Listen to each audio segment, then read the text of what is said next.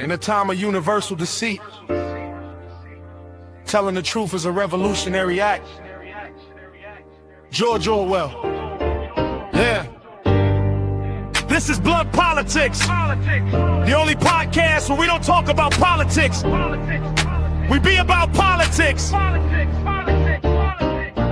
And our mission statement is to empower, educate, and encourage everyone to speak out against fascism. Speak out against injustice and fight for freedom and equality for everyone. This is Blood Politics, and we ain't stopping till they put us in the grave.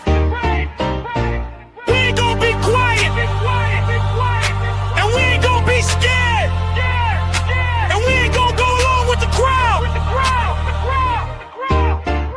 This is Blood Politics.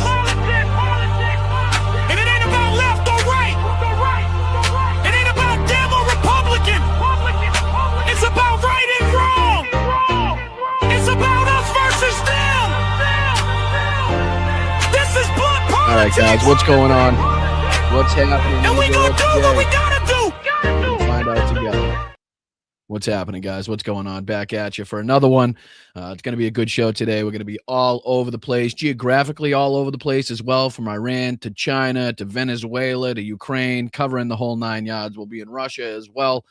Lots to get into, lots to thank people for. So please hit that like button, subscribe to the channel. We have just passed 17K here on YouTube. So big shout out to you guys. Big thank you to you guys. I think I had a few shorts finally make it through the mold, finally get into the old algorithm, as it were.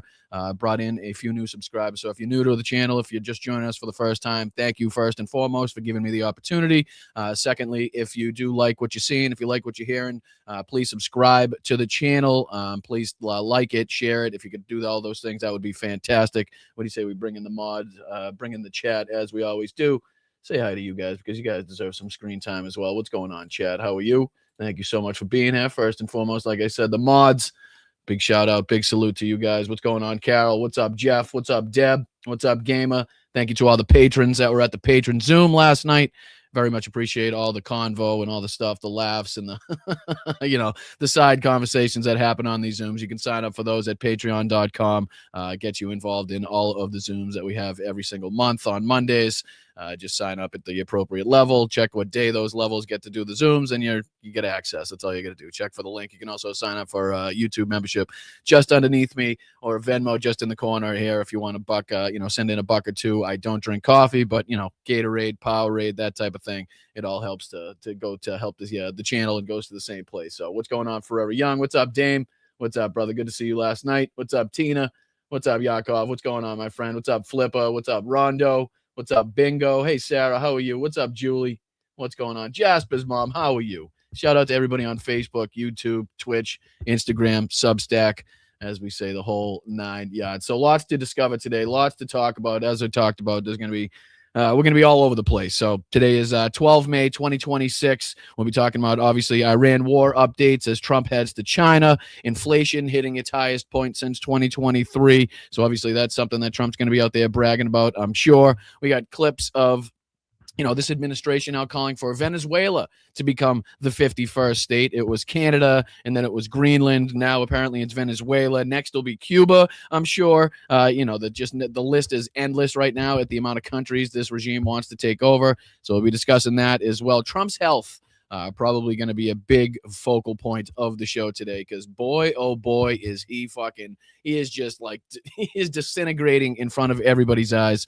So there's a lot to get into, a lot to talk about as far as that's concerned. We got the grift of MAGA continues with the Trump cell phones, these gold cell phones, whatever, almost $60 million taken in from, I think it was over 500,000 different idiots that sent in money for this cell phone. We'll be diving into that story as well. We got Benny Johnson forced to turn on MTG, so that's going to be lovely to look at. Megyn Kelly timidly calling out Benjamin Netanyahu for something that he said that I don't even think aired on his 60 Minutes interview. So we'll dive into that clip. There's a Russian ship carrying nuclear reactors that allegedly sank heading to North Korea. There's a video clip about that coming out from CNN. So that's something we obviously need to dive into. I'm sure the United States, government isn't going to be heavy to talk about that. We got Putin threatens heightened nuclear capabilities. And then obviously I know Hegseth was getting questioned this morning in Congress. I know there's going to be a ton of clips to come out from that. I'm not sure if we'll have time to dive into that. I may save that for tomorrow's 2 shows, because I'm sure, like I said, a lot of people are going to be doing videos and putting clips together from the moments today with Pete Hegseth. But once again, thank you guys so much for 17K. We're trying to get to 20K before midterms. That would be fucking fantastic. That would be like a real achievement, a real goal that we're trying to obtain here. We're trying to get, like I always say, the most weight behind our punches that we could throw heading into midterms. That would be fantastic. So what do you say we dive into a little bit of the craziness, a little bit of the nonsense, bring you the news. We'll catch you up to speed. We'll all get on the same page, and then we'll all come to the same conclusion, or you guys can come to your own conclusions about where we stand. So, all right, let's throw this on the screen here, because as I talked about, we'll be getting into some of the Iran war updates, what's going on at the Strait of Hormuz. But obviously, people are talking about Donald Trump's Chip, his trip to China. But even the Republicans aren't really too, I want to say trustworthy, aren't really expecting much, aren't expecting good things, I want to say, from this trip. Let me throw this on the screen here, because this is posted by Laura Ingraham, right? Laura Ingraham, obviously of Fox News, and this is posted about Trump's, going to China. And it says, quote, Mr. Trump and Xi Jinping are reportedly considering a deal to allow China to invest $1 trillion in the U.S., largely to build factories on American soil. So Trump on the verge of making massive error against AIDS advice, report says. And again, posted by Laura Ingraham, really goes to show what they expect from this trip, or what they expect could come from this trip, considering the erratic nature of Donald Trump and the deals that he's trying to sign and everything that he's trying to report as being like a victory for the United States. Meanwhile, it's just screwing us over on every fucking level. Well, again, do we want $1 trillion of Chinese factories in the United States? Again, people going to work and having Chinese bosses, people from the communist regime, as they like to call them, of China. You know what I mean? The People's Republic of China is just going to own factories in the United States. I'm not sure how that's going to go down with not only the Republicans in Donald Trump's party, people like Mark Levin, obviously, it's just it's not going to go over well with anybody for that matter. But like I said, this is kind of what people are expecting, even on the right hand side of things. The right hand talking heads of the propaganda arm of the fucking Trump administration, even they are not hopeful for what's going to come out of this meeting, this trip here from Donald Trump. But just kind of shows you like where we are today. Another thing to show you where we are today and how crazy things are is this clip people are bringing up and talking about. Like I just said, how the hell we're going to now bring up and talking about Venezuela becoming the 51st state here in the United States, and like that's not fucking insane. It's just, again, just goes to show you another piece of evidence like how insane and normalized this craziness has become. Like, again, it's gone from Greenland, from Canada. I'm sure Cuba, like I said, is going to be on the map somewhere in the near future, talking about becoming part of the United States. Donald Trump's already sending spy planes, and there's been an added amount of military activity in and around Cuba. Trying to show that there's something in the works there. But this was posted here by Fox News, and I don't know what the guy's name is, but he's talking about a phone call or a conversation that he had with Donald Trump, in which Donald Trump decided to just throw out there that he wants Venezuela, and he's serious about this. He made it very, very clear that he was dead serious about this, that he wants Venezuela, I'll repeat this again, Venezuela to become the 51st state here in the United States of America. Check this clip out. I mean, it doesn't get any more. It does get more insane. We keep saying it doesn't get more insane, and then every day it gets more insane. So I shall refrain from saying that anymore, because it obviously continues to get more insane. Check this out. And when I was talking to the president this morning, it was just before the Oval Office event, he kind of surprised me a little bit, because he said, John, I just want to tell you, I'm very serious about this. So you can talk about this. I'm serious about beginning a process to make Venezuela the 51st state. Now, there's a rich history in this nation of taking territories and absorbing them into the United States. Puerto Rico. And immediately tries to normalize this. Immediately tries to be like, well, it's happened before, right? Like, we've gone in and we've genocided populations before. We've taken land. It's not something that like we're not used to here in the United States. So it's like maybe there's something to this. And again, they point to Puerto Rico as being this like shining example. not recognizing, again, we're in Iran right now, causing mass deaths. We already caused deaths in Venezuela when we went in there. Like, this isn't going to be some like peaceful transition. Like, I'm sure the people of Venezuela aren't rightly going to be like, oh yeah, you know what, fuck our sovereignty, fuck our sovereignty, and let's just become part of the United States. You know what I mean? Not to mention the hypocrisy of the mass deportations here in the United States, right? People, on the right side of things, talking negatively about Venezuelans and all the demagoguing and demeaning of immigrants in general. Now they're going to what? They're just going to rightfully accept the entire population of Venezuela into the United States. I'm curious how that's going to go over with the base. But here's Fox News trying to normalize this conversation with Donald Trump. Was one that people talk about. But this would be the first time, to my knowledge, that a sovereign country was ever invited to join the United States of America. How would that work? Well, no, because didn't they put some fucking, some plan together, like I said, to have Canada become the 51st state as well? Like, they're sovereign as well. So I'm not sure this is the first time. Again, just showing you how crazy the times that we are in right now just really are. I mean, it's not even the first country that we're talking about, the first sovereign nation that we're talking about that Donald Trump's trying to incorporate into the United States of America as the 51st state. Well, John, I won't get ahead of what the president was comfortable sharing with you as far as those plans go. But look, this is a president who is famous for never accepting the status quo. He is always considering a host of options to improve our country. And of course, Venezuela, now led by President Delcy Rodriguez. How'd that go? And what regime was she a part of again? What was her prior spot, her prior position, and who did she work for just before this? I'm curious because you guys love to portray this whole like regime change thing that happened in Venezuela. Meanwhile, now you're talking about like the great relationship that you now have. I don't know if it's that great where the Republican base, the MAGA cult, is going to accept the population of Venezuela as the 51st state. I'm sure you're going to have some serious explaining to do as far as that's concerned with the right. Working incredibly cooperatively with the United States. So I won't get ahead of any plans that the president may have to that. Basically, I didn't hear fucking any talks of that. I haven't been briefed on that whatsoever. I have no clue what you're talking about. Sounds like something that Donald Trump posted in one of his drunk fucking unstable rants that he went on. And we'll be covering that as well because Donald Trump went on like a bender of 50 plus posts in a 3-hour time frame, none of which made sense whatsoever. But we'll be going over that later in the show as well. But yeah, this is the what is it? The principal deputy press secretary. So is that while Caroline Leavitt has her baby? This is the person that's filling in. I'm not sure. I'm unfamiliar with who Anna Kelly is. Fact, but look, this has been a tremendous success. The United States revitalizing our relationship with Venezuela, and in turn, people, they love us. I'm sure they love that we just went in there with our military and stole their leader in the dead of night. I'm sure that they're truly happy about that whole situation and how it went down and how now they've been forced to give up oil. And I'm sure it's going well for them. I'm sure. The economic situation of both countries and our people. I don't know what the hell that final sound was, but it was appropriate. I feel like it was appropriate for the matter right there. But that's them just trying to continuously normalize this like insane, ridiculous rhetoric coming from Trump where, I don't know, in random phone calls at random points in the middle of the fucking night, he decides to take over a different country. Right. You know what I mean? It's like he just has like random thoughts. It's like, OK, today's Greenland. Let's go Greenland. Today's Greenland. We'll fuck with NATO. We'll decide to take over Greenland. Nah, not so much Greenland today. Let's go for Canada. Canada sounds good today. Let's go for Canada. We'll make them the 51st state. No, not Canada so much today. How about Venezuela? Let's go for Venezuela. Venezuela sounds like it would flow well into the United States as a fifth. No, not Venezuela. Maybe Cuba. Let's do Cuba. How about Cuba? No. How about Iran? Let's go Iran. Would Iran work as the 51st state?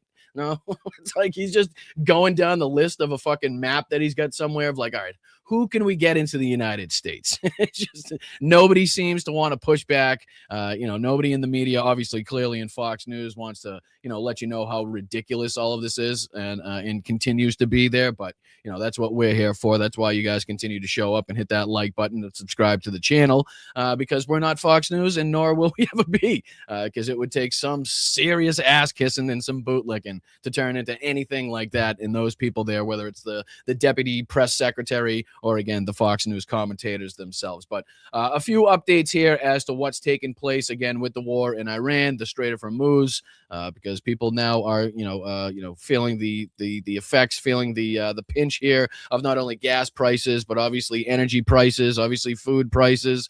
Everything seems to be going up at a rapid rate with no end in sight right now because there's no off ramp in sight. We've talked about how Donald Trump sent in this 14-point proposal. They gave Iran 48 hours to respond. It took about 10 days, if I'm not mistaken, for the Iranians to give in a proper response. Again, nothing that was kind of responded to by the Trump administration. They just kind of allowed that time to pass. And then Donald Trump will look at a clip here where he calls the response, a garbage response, calling the ceasefire, on quote unquote life support. Again, showing us how close we are to further escalation and this thing kicking back off as far as bombs, missiles, drones, oil fields and plants exploding. But this is from the Hormuz letter. I figured we'd just go through a few of these as we have been to see if there's any kind of updates, anything that we need to know, get informed up to date on from these ones. So there was a few here by the Hormuz letter. This was the UAE, and this was a story that came out apparently that took place in early April, where the UAE had secretly carried out military strikes inside Iran, including an attack on Iran's Lavan Island refinery that set off a massive fire. And this is coming per the Wall Street Journal. Like I said, I believe that attack they're talking about happened in early April, but this is new. Trump is inclined to order the resumption of military operations against Iran any moment now with the goal of, quote, forcing concessions. Last Saturday, the U.S. was one step away from resuming strikes before Trump's inner circle convinced him to cancel the attack, quote, at the last minute for a final attempt at talks, which now failed per Channel 12, as we'll talk about in just a second. You'll see the clip here of Donald Trump calling the response garbage or trash or whatever he says about it. This is another one here saying that the Iranian MP, Ebrahim Razahi, says that, quote, in the event of another attack by the U.S. or Israel, Iran would consider weapons-grade uranium enrichment at 90%, again, threatening to, further escalate. What they've already come back and said was basically, there was a few different points of agreement. And then they were saying that, the enriched uranium, the nuclear aspect would have to be, talks further on down the line, depending on how the engagements went, depending on how the end of the war went. Again, something that the United States was, obviously not going to agree to. So we just continue to be at a stalemate as far as that is concerned. This is from MB Galabaf as well, who have been looking at the Speaker of the Islamic Republic of Iran's parliament. And he put this up 23 hours ago. Our armed forces are ready to deliver a well-deserved response to any aggression. Mistaken strategy and mistaken decisions will always lead to mistaken results. The whole world has already figured this out. We are prepared for all options. They will be surprised. And then 2 hours later, he posts this. There is no alternative but to accept the rights of the Iranian people as laid out in the 14-point proposal. Any other approach will be completely inconclusive. Nothing but one failure after another. The longer they drag their feet, the more American taxpayers will pay for it. So again, showing clear defiance, as we've seen throughout this whole fucking war here. Donald Trump telling you that they're ready to collapse. Meanwhile, you go to look at the statements from the people that are making statements on behalf of the Iranian side, and not a single one of them has shown us a willingness to, capitulate, to lay down their arms, to agree upon all of the terms set forth by the United States. In fact, it's the clear opposite. It's a willingness to escalate. It's a willingness to, withstand the blockade that the United States has put on there, because apparently, and per the reporting which we covered on this show, they have, a further capability, let's just say, to withstand the blockade and withstand the economic and financial pressures being placed upon them by the blockade than we originally assessed, than we had originally thought. So again, if we're going some 90 to, I believe, 120 days and even possibly further on into the future, where Iran can hold out, they can withstand, like I said, the blockade and take kind of the hits on the chin, as it were, hoping that the United States and the pressure placed upon the world will crack before they do, then we have some real problems, right? And then you pair that up with the reporting that has come out from not only U.S. intelligence assessments of our own government, but obviously widespread reporting that suggests that Iran's military capabilities have not been eradicated to the point in which this government has told you, right? Some almost 70% of their missile and drone launchers and capabilities left that they had prior to the war. I know we read a statement in which one of the representatives from Iran said that they had now 120% of the capabilities that they did before the war, meaning they've had the ability to stockpile. They've had the ability to continue producing these, not only to the point where they're stockpiling more than they're shooting, which is, again, could be a piece of propaganda, aimed at the United States to kind of, further escalate and to kind of, build upon their military capabilities above and beyond what they actually are. Absolutely. But again, from our own intelligence, they have at least between 60 and 70% of their drone and missile capabilities that they had just prior to the war. Here's another one that we've been looking at as well. Here's Dolphin Iran. We've been taking a look at this account here, who's kind of had some good insight from some of the people inside the Iranian leadership in kind of either predictions or, again, firsthand knowledge of what's been going on here. So this is going back to the 11th or 12th, let's say. This is the 12th. He says the U.S. government has intensified its movements toward a new military action. These movements are primarily at the political decision-making level regarding the war rather than military planning. He goes on to say here, contrary to the claims of the Zionist media, investigations by the Popular Mobilization Forces show that during the Iran war, the Israeli regime did not establish any bases in Iraq. So this is kind of disputing some of the reporting coming out that the Israelis had set up a base inside Iraq.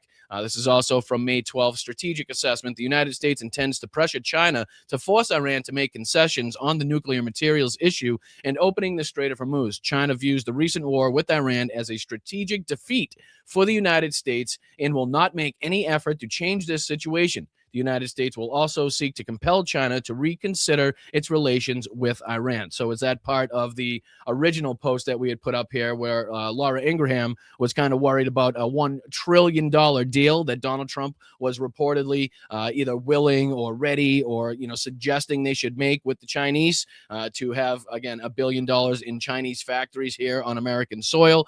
Is that kind of like a quid pro quo for, we'll give you this, we'll allow you to build these factories in the United States if you promise to tell Iran to, open the Strait of Hormuz or stop whatever actions that is causing me the embarrassment on the world stage? You know what I mean? Is this kind of like a give and take? Like I said, you scratch my back, I scratch yours type of thing.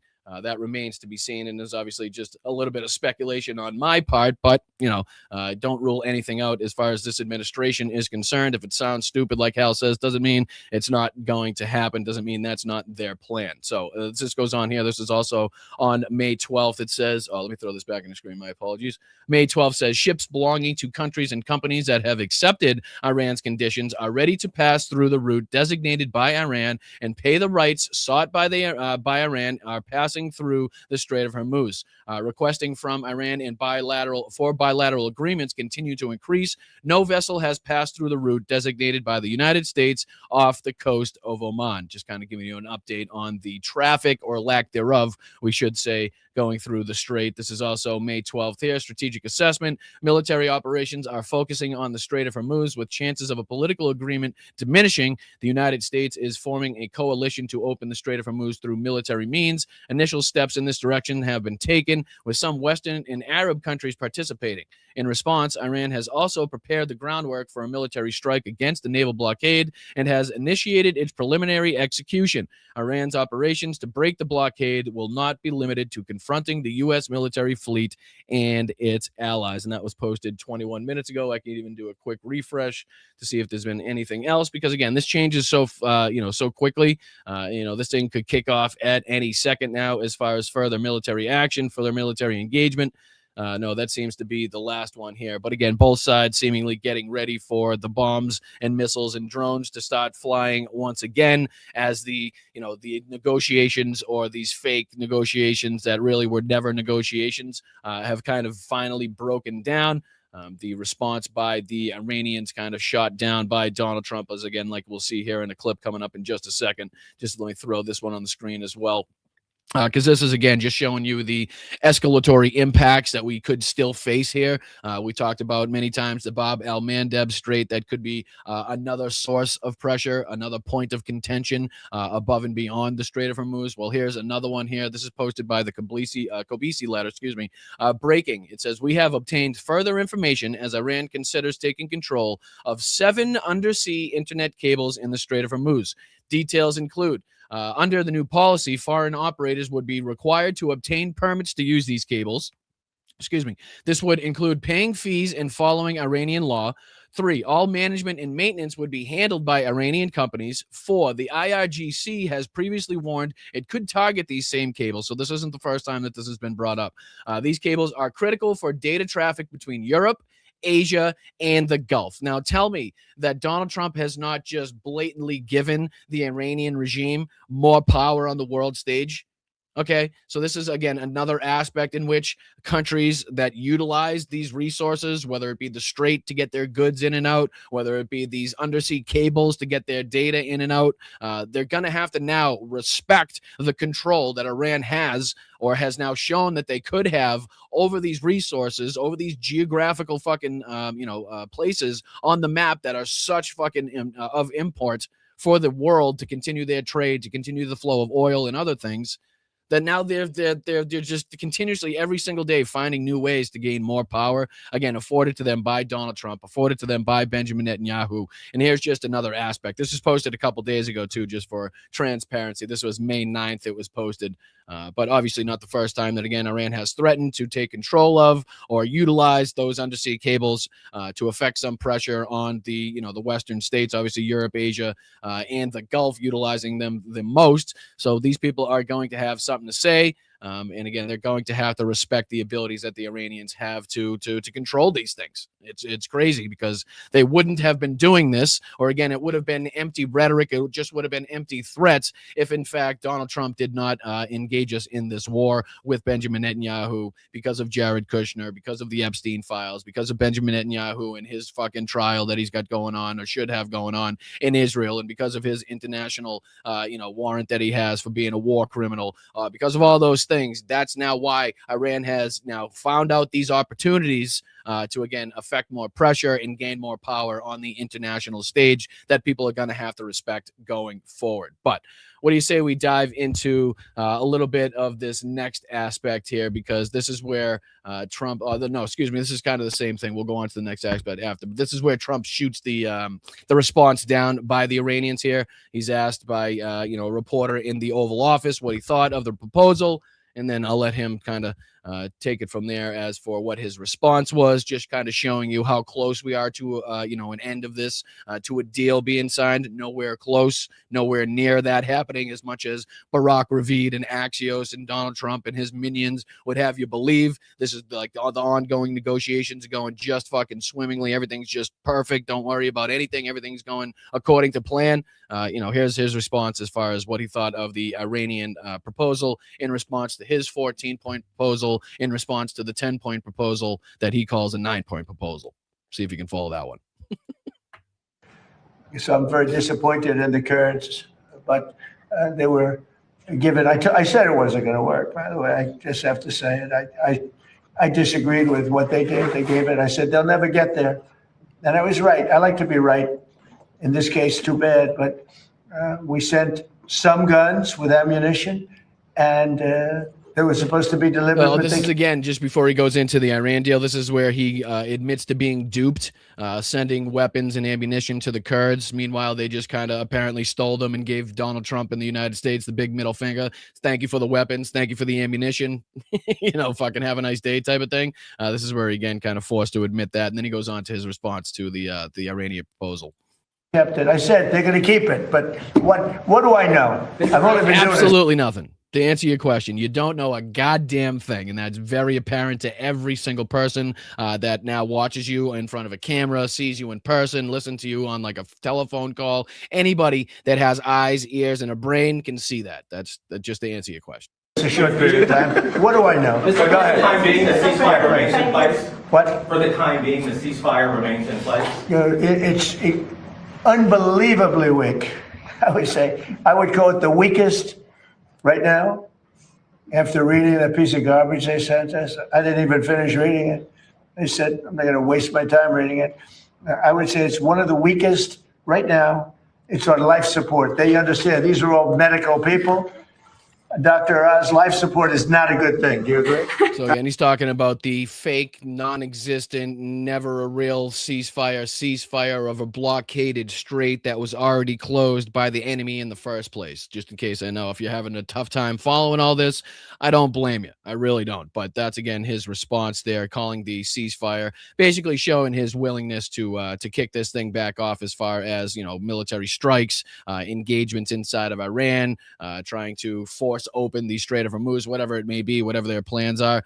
This is kind of, showing his willingness and just exactly where we are as far as peace talks and how close we are to a peace deal being signed. Nowhere near, just to reiterate as far as that's concerned. But again, as far as who he's talking to in the Oval Office there, I find it a little bit ironic that they're speaking about, kind of women's health, those type of things, because that's exactly what Donald Trump couldn't stay awake to listen to. A lot of talk about Donald Trump. And let me see do I have this? Let me see if I can throw this on here. I had one of these that I wanted to bring up as well. Yeah, it was this as well, because a lot of people talking about this as well. Like, gee, I don't know.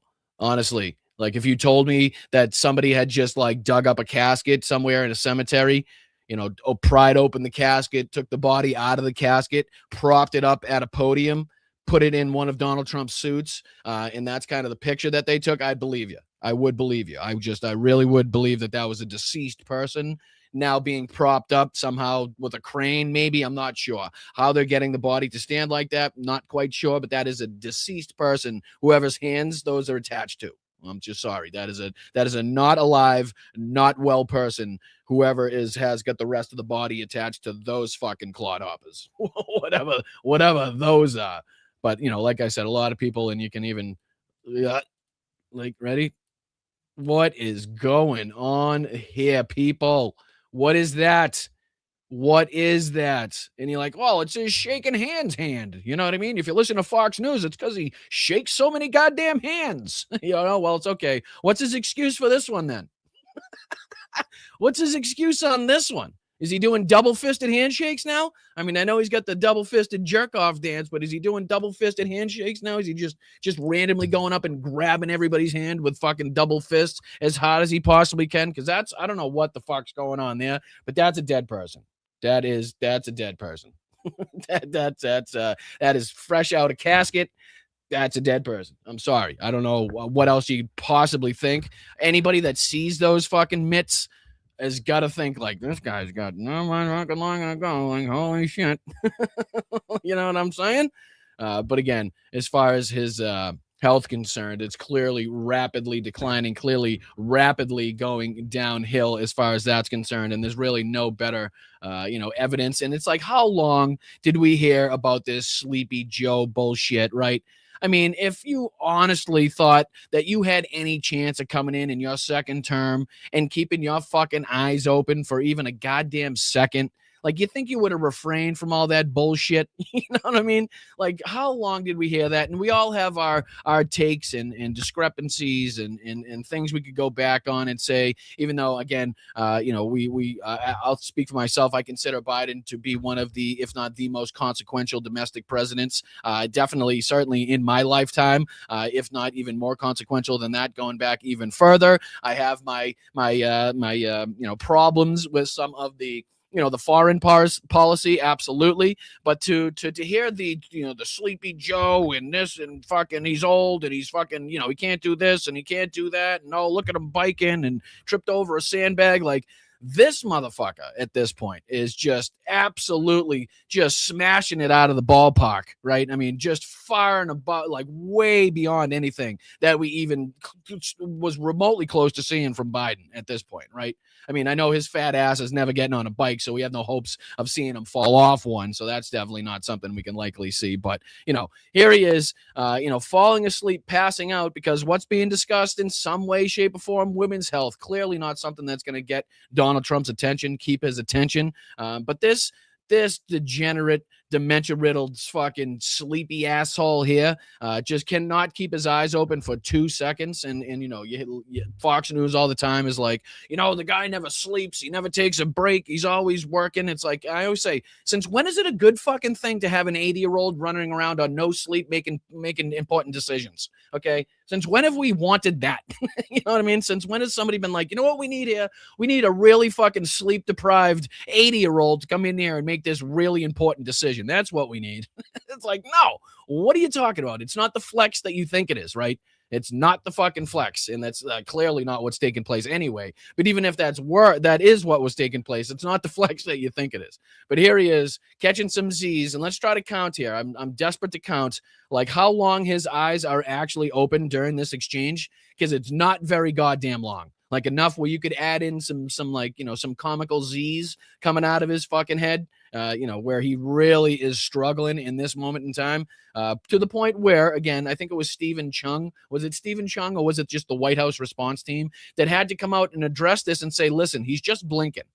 It's a really, really, really, really, really, really, really long blink is all that was. Don't pay no mind to that. Just he's blinking. His contacts are obviously messed up, right? But here he is again, snoozing, falling asleep, or at least struggling mightily to keep his eyes open, we can say here in the Oval Office. Check this out. And babies. Through this he's open. He's nationwide network of hospitals, we are using real data and proven clinical practices to protect mothers and oh, no, he's up. In the Perinatal Improvement Closed. Collaborative, hospitals all closed. have reduced maternal Closed. mortality by Still not open. 41%, Got which nothing. Is truly Nope. incredible. And Nope. this is He compared tried. with the 5.9% decline in benchmark hospitals over Hello. the same period of time. There you are. Our Thank you. goal is to have every hospital in America Nope, he's out doing again. this, Fuck. and we're thrilled Tap to him on. be Nope, partnering there he with is. He's Heartland back. No, he's Forward to back. make this No, he's happen. out. Fuck, he's out. We really want Tap him on every the shoulder. woman to Nope, have a he's healthy moving. delivery He's moving. and a healthy baby, and to make the United States the healthiest. And this is place where in he's the like, no, world. I've been definitely to give listening birth. that whole time. I know exactly what you're saying. I can recite it back if you need. I mean, do you need a specific medical answer to that question? Because I could definitely know. I definitely know what you just said. Absolutely. I wasn't just struggling to keep my eyes open. Yes, and also Yeah. What did you say? Huh? Look at this guy. I'm telling you, it reminds me of like a fucking 100-year-old tortoise trying to turn his neck around to get some food, to get some fruit off a bush or something like that. Look at that thing. Ugh. you all and the Trump administration have taken historic steps. Oh, she said my name. She said Trump. So I'm awake for a second. He stays awake for about a second here. Let's see how long he keeps the eyes open, though. Really strengthen support for Yep. American Oh, mothers and struggling. families. With the launch of moms.gov, we're highlighting all of the policy achievements. that Ready? both you, And look at the President Trump, droop. Look at fucking Grandpa Droopy Face here, will you please? I mean, I'm just waiting for somebody to come in and try to, like, you know, tap him with a napkin, a Kleenex on his slobber. That's definitely drooling out of the right side of his face on this. I mean, look at that. I mean, Christ almighty. Looks like he got an electric shock at some point. Never mind had a stroke, right? Yeah, right? Like, what is that all about? The top of his, somehow the top of his lip is closer to the bottom of his chin than the bottom of his bottom lip. I don't know how that works. I'm not sure how you could even pull that off. Secretary Kennedy have advanced to support moms and babies. Moms.gov is a first of its kind resource that offers all sorts of guidance Look and at information him to support struggle. Oh my God, he is driving that struggle bus right now. His eyes must weigh about 1,400 pounds a piece right there. the health and well-being Yeah, of I'm mothers awake. and their families. Moms.gov also really helps support expecting parents who are navigating difficult or unexpected pregnancies. We are committed to supporting women's health throughout motherhood and at every stage of life. Supporting women's health is not just a policy, it's a promise. Look at that look right there. He's like, I really wish those cameras weren't here. I would just really love to fucking let one rip and take a nap right now. Look at him. That healthy mothers help build healthy families, and that healthy families build a healthy America. So I want to thank you, Mr. President. Yeah, I'm Secretary here. Kennedy, I remember. and Yep, that's my name. I heard what you were saying. Every word. I know. everyone here for your support of women's health. Thank you, doctor, very much. Thank you. Well done. It's well. Oh, well done. He has not a goddamn clue anything that she just said, what it represents, what it needs, what she needs to get that fucking accomplished. Not a clue. Not a goddamn clue. But I figured this would probably be a good time, since we've been doing so well on these and people have been loving them so much, to kind of bring this one back up, right? This isn't about this specific event in which Donald Trump struggled mightily to stay awake in the Oval Office, but it was about the last time that he struggled mightily and looked like he passed out in front of cameras in the Oval Office. So I just thought we'd bring up this, again, oldie but goodie here from the Lego Bangers. This is from Military Lego AI. Trump caught sleeping during live broadcast. And I thought it touched on the situation pretty well. So like I said, this isn't about that specific event, but it is about the last time Donald Trump got caught sleeping in front of everybody. So I figured, what better time to play this one? Check this out. Yo, April 23rd, live on camera. The whole world watched. Donnie, Donnie, Donnie, Donnie, Donnie, Donnie, nap. Donnie, Donnie, nap. Donnie, Donnie, nap. Yeah. Donnie, Donnie, nap. Hey, Donnie, Donnie, nap. Hey, hey. Donnie, Donnie, nap. Your eyes closed shut. Your chin went slack. Donnie, Donnie, nap. You mock Sleepy Joe, now you're the hack. Donnie, Donnie, nap. Donnie, Donnie, nap. Gaza's kids are on your back. Donnie, Donnie, nap. Donnie, Donnie, nap. Wake up, oil thief, you're off the track. Donnie, Donnie, nap. Hey, yeah. Hey, April 23rd, Regeneron on the stage. You were supposed to talk prices, but you entered a different page. Mouth wide open, eyelids heavy, brain on vacation mode. The strong man fell asleep right there on that dusty road. Gavin Newsom screenshotted, wrote asleep at the wheel. Medical analyst said apnea, that's the real deal. You spent 8 years laughing at Biden's sleepy face. Now you're the meme of the century in this nuclear race. From the art of the deal to the art of the snore. Your chin hit your chest and the whole world roared. Donnie, Donnie, nap. Your eyes closed shut. Your chin went slack. Donnie, Donnie, nap. You mock Sleepy Joe, now you're the hack. Donnie, Donnie, nap. Donnie, Donnie, nap. Gaza's kids are on your back. Donnie, Donnie, nap. Donnie, Donnie, nap.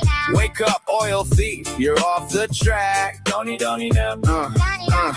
Look at Kushner and Wickoff standing still like statues. Too scared to wake the baby, scared to break the status. They send these two real estate boys to talk with Iran. No experience, no clue, that's the Trump administration plan. Epstein's flight log 8 times. This lane was there, now you're sleeping through the crimes, man, that's a nightmare. You dream about the oil, you dream about the gold, while Iranian children are 6 feet deep in cold. BB pulls the strings, you just nod and drool. 2 bald thieves running the world like a fool's school. In and out, drifting, slipping. Gaza's burning, but your eyelids flipping. Iran's kids don't get to get a white sheet. You close your eyes and call it a diplomatic feat. Wake up, Donnie. Oh, wait, you can. Your pillow is the Oval, your blanket is a ring. Donnie, Donnie, Donnie, Donnie, Donnie, Donnie, nap. Your eyes closed shut, your chin went slack. Donnie, Donnie, nap. You mock Sleepy Joe, now you're the hack. Donnie, Donnie, nap. Donnie, Donnie, nap. Gaza's Donnie Nap. I love it. I love it. So I just, I found it appropriate where the guy can't keep his fucking eyes open in the Oval Office for more than a second at a time, to bring up the appropriate, Lego response video that goes along with it. You know what I mean? But, what are we talking about, people? What are we talking about at this point? Right? I'm just saying. You know what I mean? I don't want to, you know what I mean? You know what I'm saying here. But, it gets worse. It gets worse because, going along with those hands are statements like this. This is just kind of one of the moments there that people are talking about as far as Trump in front of I think he was in front of the White House making this, if I'm not mistaken. But this is posted by Aaron Rupar. Trump is ranting like a crazy person at the White House right now. A lot of people posted this and saying that he sounds like a drunk, bridesmaid or somebody at a wedding making a speech. But here's this short clip here of Donald Trump acting a fool here in front of the White House. I forget what exactly this one pertains to. Actually, no, excuse me. This one, I think, is where he's talking about Venezuelans being the 51st day. I could be mistaken. There's so much crazy shit this guy says. We'll go through it together. Well, it's unbelievable, but I had nothing to do. I blame Doug. They gave it out. I didn't even give it out. So the other people we have, and we have some of the greatest people on earth here tonight, Homeland Security, the Homeland Security. I remember what this is now. This is where Trump's saying that he wants to, or he wanted to, rename ICE to NICE. I shit you not. I know. I shit you not, guys. I shit you not. He says it right here with his own mouth. He says that he literally, genuinely wanted to switch the name of ICE to NICE so that it sounded better when people have to report on it. Not me. I just remembered what this was. Check this shit out again. To go along with those decrepit hands that you just saw has got to be speech like this that makes absolutely no sense whatsoever. Team has been unbelievable, I have to tell you. And I came up with an idea that I thought was brilliant. I think all my ideas are brilliant, actually. But this one, I knew I was brilliant. Then I got a call from Tom Homan. He wasn't thrilled. Where's Tom? Is he here? I love Tom Homan. Said, I'm the greatest president in history. I said, Tom, you can't do better than that? Thank you, Tom. So I get a call from Tom Homan. He didn't like it, but everyone else liked it. I wanted to change the name of ICE, which is a tough name, you know, to NICE. So that when the fake news reports, they said it was a nice day with NICE. We spent a beautiful day with NICE. I said, you will screw them up so badly they won't know what to do.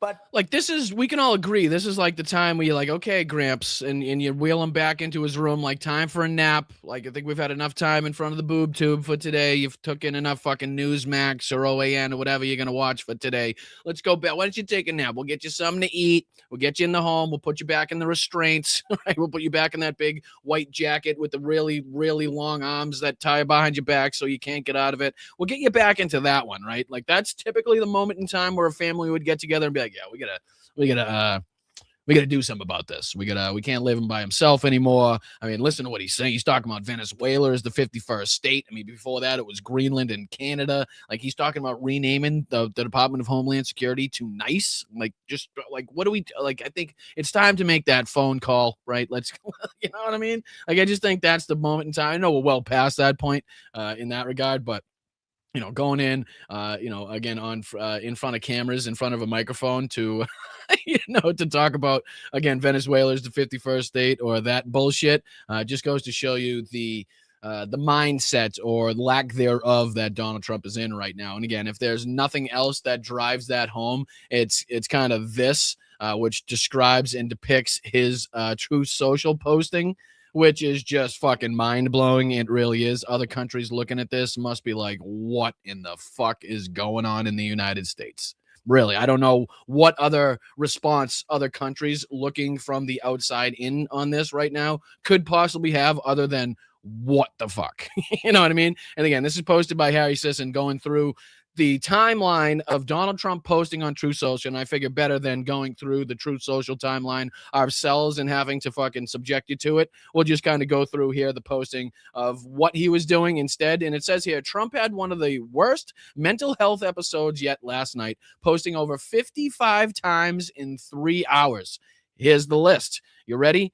Buckle the fuck up. You got a drink, smoke them if you got them. If you got an alcoholic beverage, cheers. Much appreciated. You got to need it going through this one because it says here, 10:15 p.m. accuses Obama of attempting a coup in 2016. 10:15 p.m. Same fucking minute. Says Obama worked with the CIA to overthrow Trump. Same fucking minute. 10:15 p.m. Repost tweet saying Obama is a traitor and that he should be arrested. So in 1 minute, not even in 1 minute, in less than a minute, he's got 3 posts calling for, accusing a former president of a coup in 2016, saying that he worked with the CIA to overthrow Trump in 2016, and then in the same minute saying that he's a traitor and should be arrested. Okay, so nope, goes worse, gets worse. 10:22 p.m. So some 7 minutes later, attacks Dominion voting systems for 2020 election, saying they switched votes.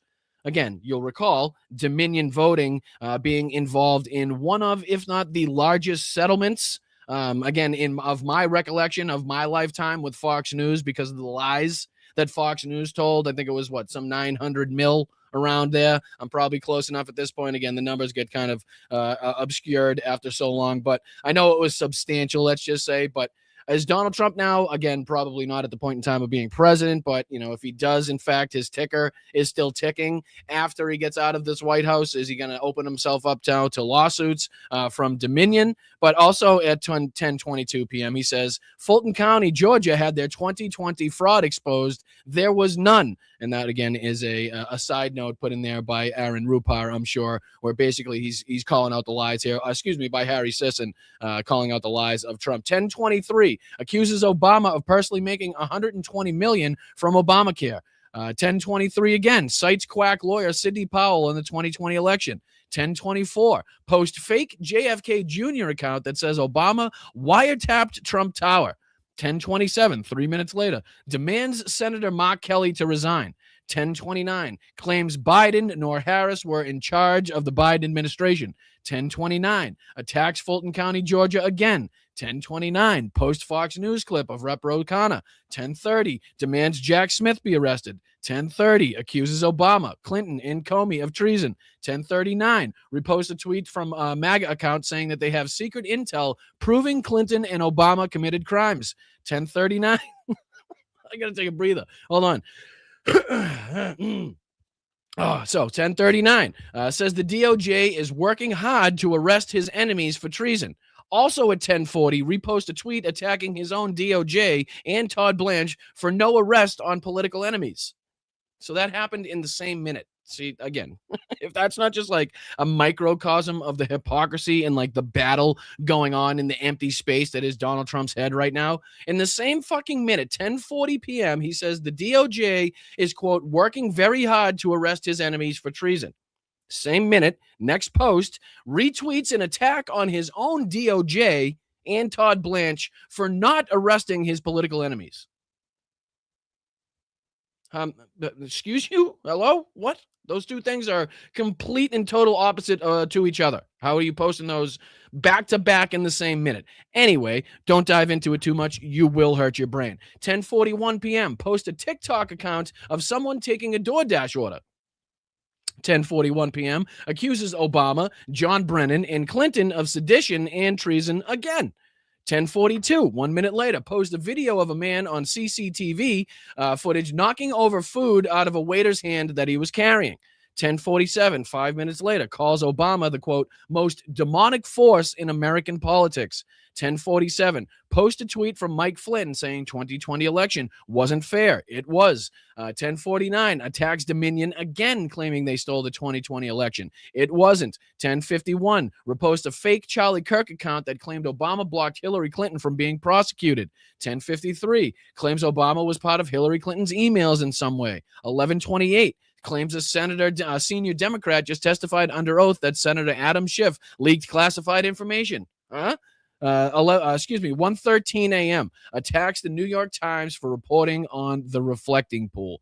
And then Harry goes on to say here, this man is clearly not well. And I'm curious, is there a way to see like what the responses were from this? I'm curious if there's people like retweeting this.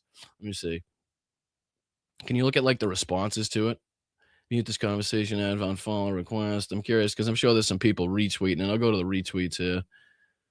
Repost. Oh, can you look? Oh, here you go. View quotes. Eddie Hassan says, how do you cover this? A previous president would have received wall-to-wall coverage for even one of these tweets, and yet Trump floods the zone and the media cannot and often will not cover the sheer extent of his insanity and indecency. John Howard, Trump is not sane. Gary Kasparov, who's running the country? Joe Walsh, Donald Trump is not well. He's bigly cognitively impaired. He's fucked up in the head. He's also not at all focused on improving the lives of the American people. Donald Trump belongs in a room with padded walls. Tommy Vitor, the night before he flies to China for the most important bilateral meeting of his second term, maybe read a prep memo or something, sir.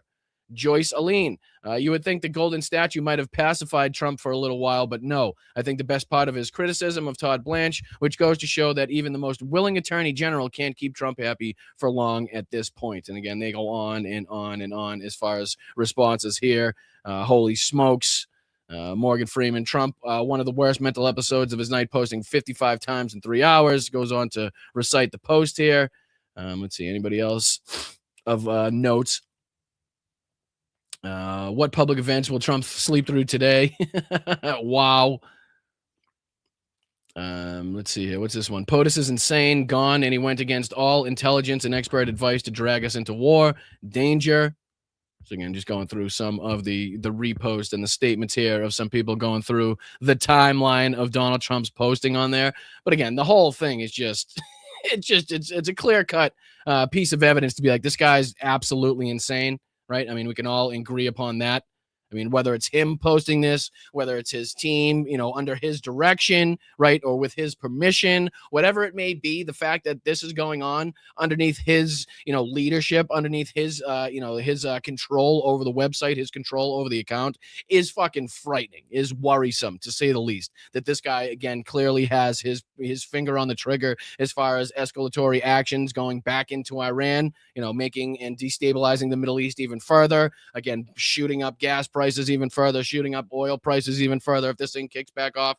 I mean, it remains to be seen how far this thing is willing to go or how far this can go. But again, it doesn't look good for anything that's being said. None of these accomplishments whatsoever, none of these negotiations are coming to anything. And both sides seem to be, gearing up for, again, the bombs to start dropping. But, accuses Obama of attempting a coup in 2016, says Obama worked with the CIA to overthrow Trump, and saying Obama is a traitor and should be arrested in less than a minute is fucking wild stuff.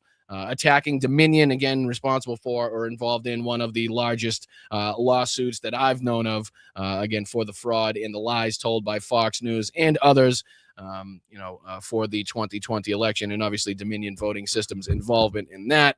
But again, like you said here, the list is kind of endless as far as but this is just like a normal night for this asshole. Okay, this is like, as much as we'd like to say that this is like, beyond the, what's normal, what he's normally doing, it's really not. Right? It's really not above and beyond most nights that this guy has on his Truth Social account, or again, calling into, different shows or different fucking journalists to give this statement or that statement, or, reports that he gives in the Oval Office. This is like the same shit that we hear coming out of his mouth. So it's, it's no surprise here to see that he's posting this shit nonstop on his Truth Social website. But the fraud continues that we talk about in this country as well. The most blatantly corrupt administration, some of the most blatant acts of fraud you could possibly commit in broad daylight here being committed by this administration. Again, whether it's cologne, perfumes, NFTs, crypto scams, his lawsuits against the country that he's now presiding over.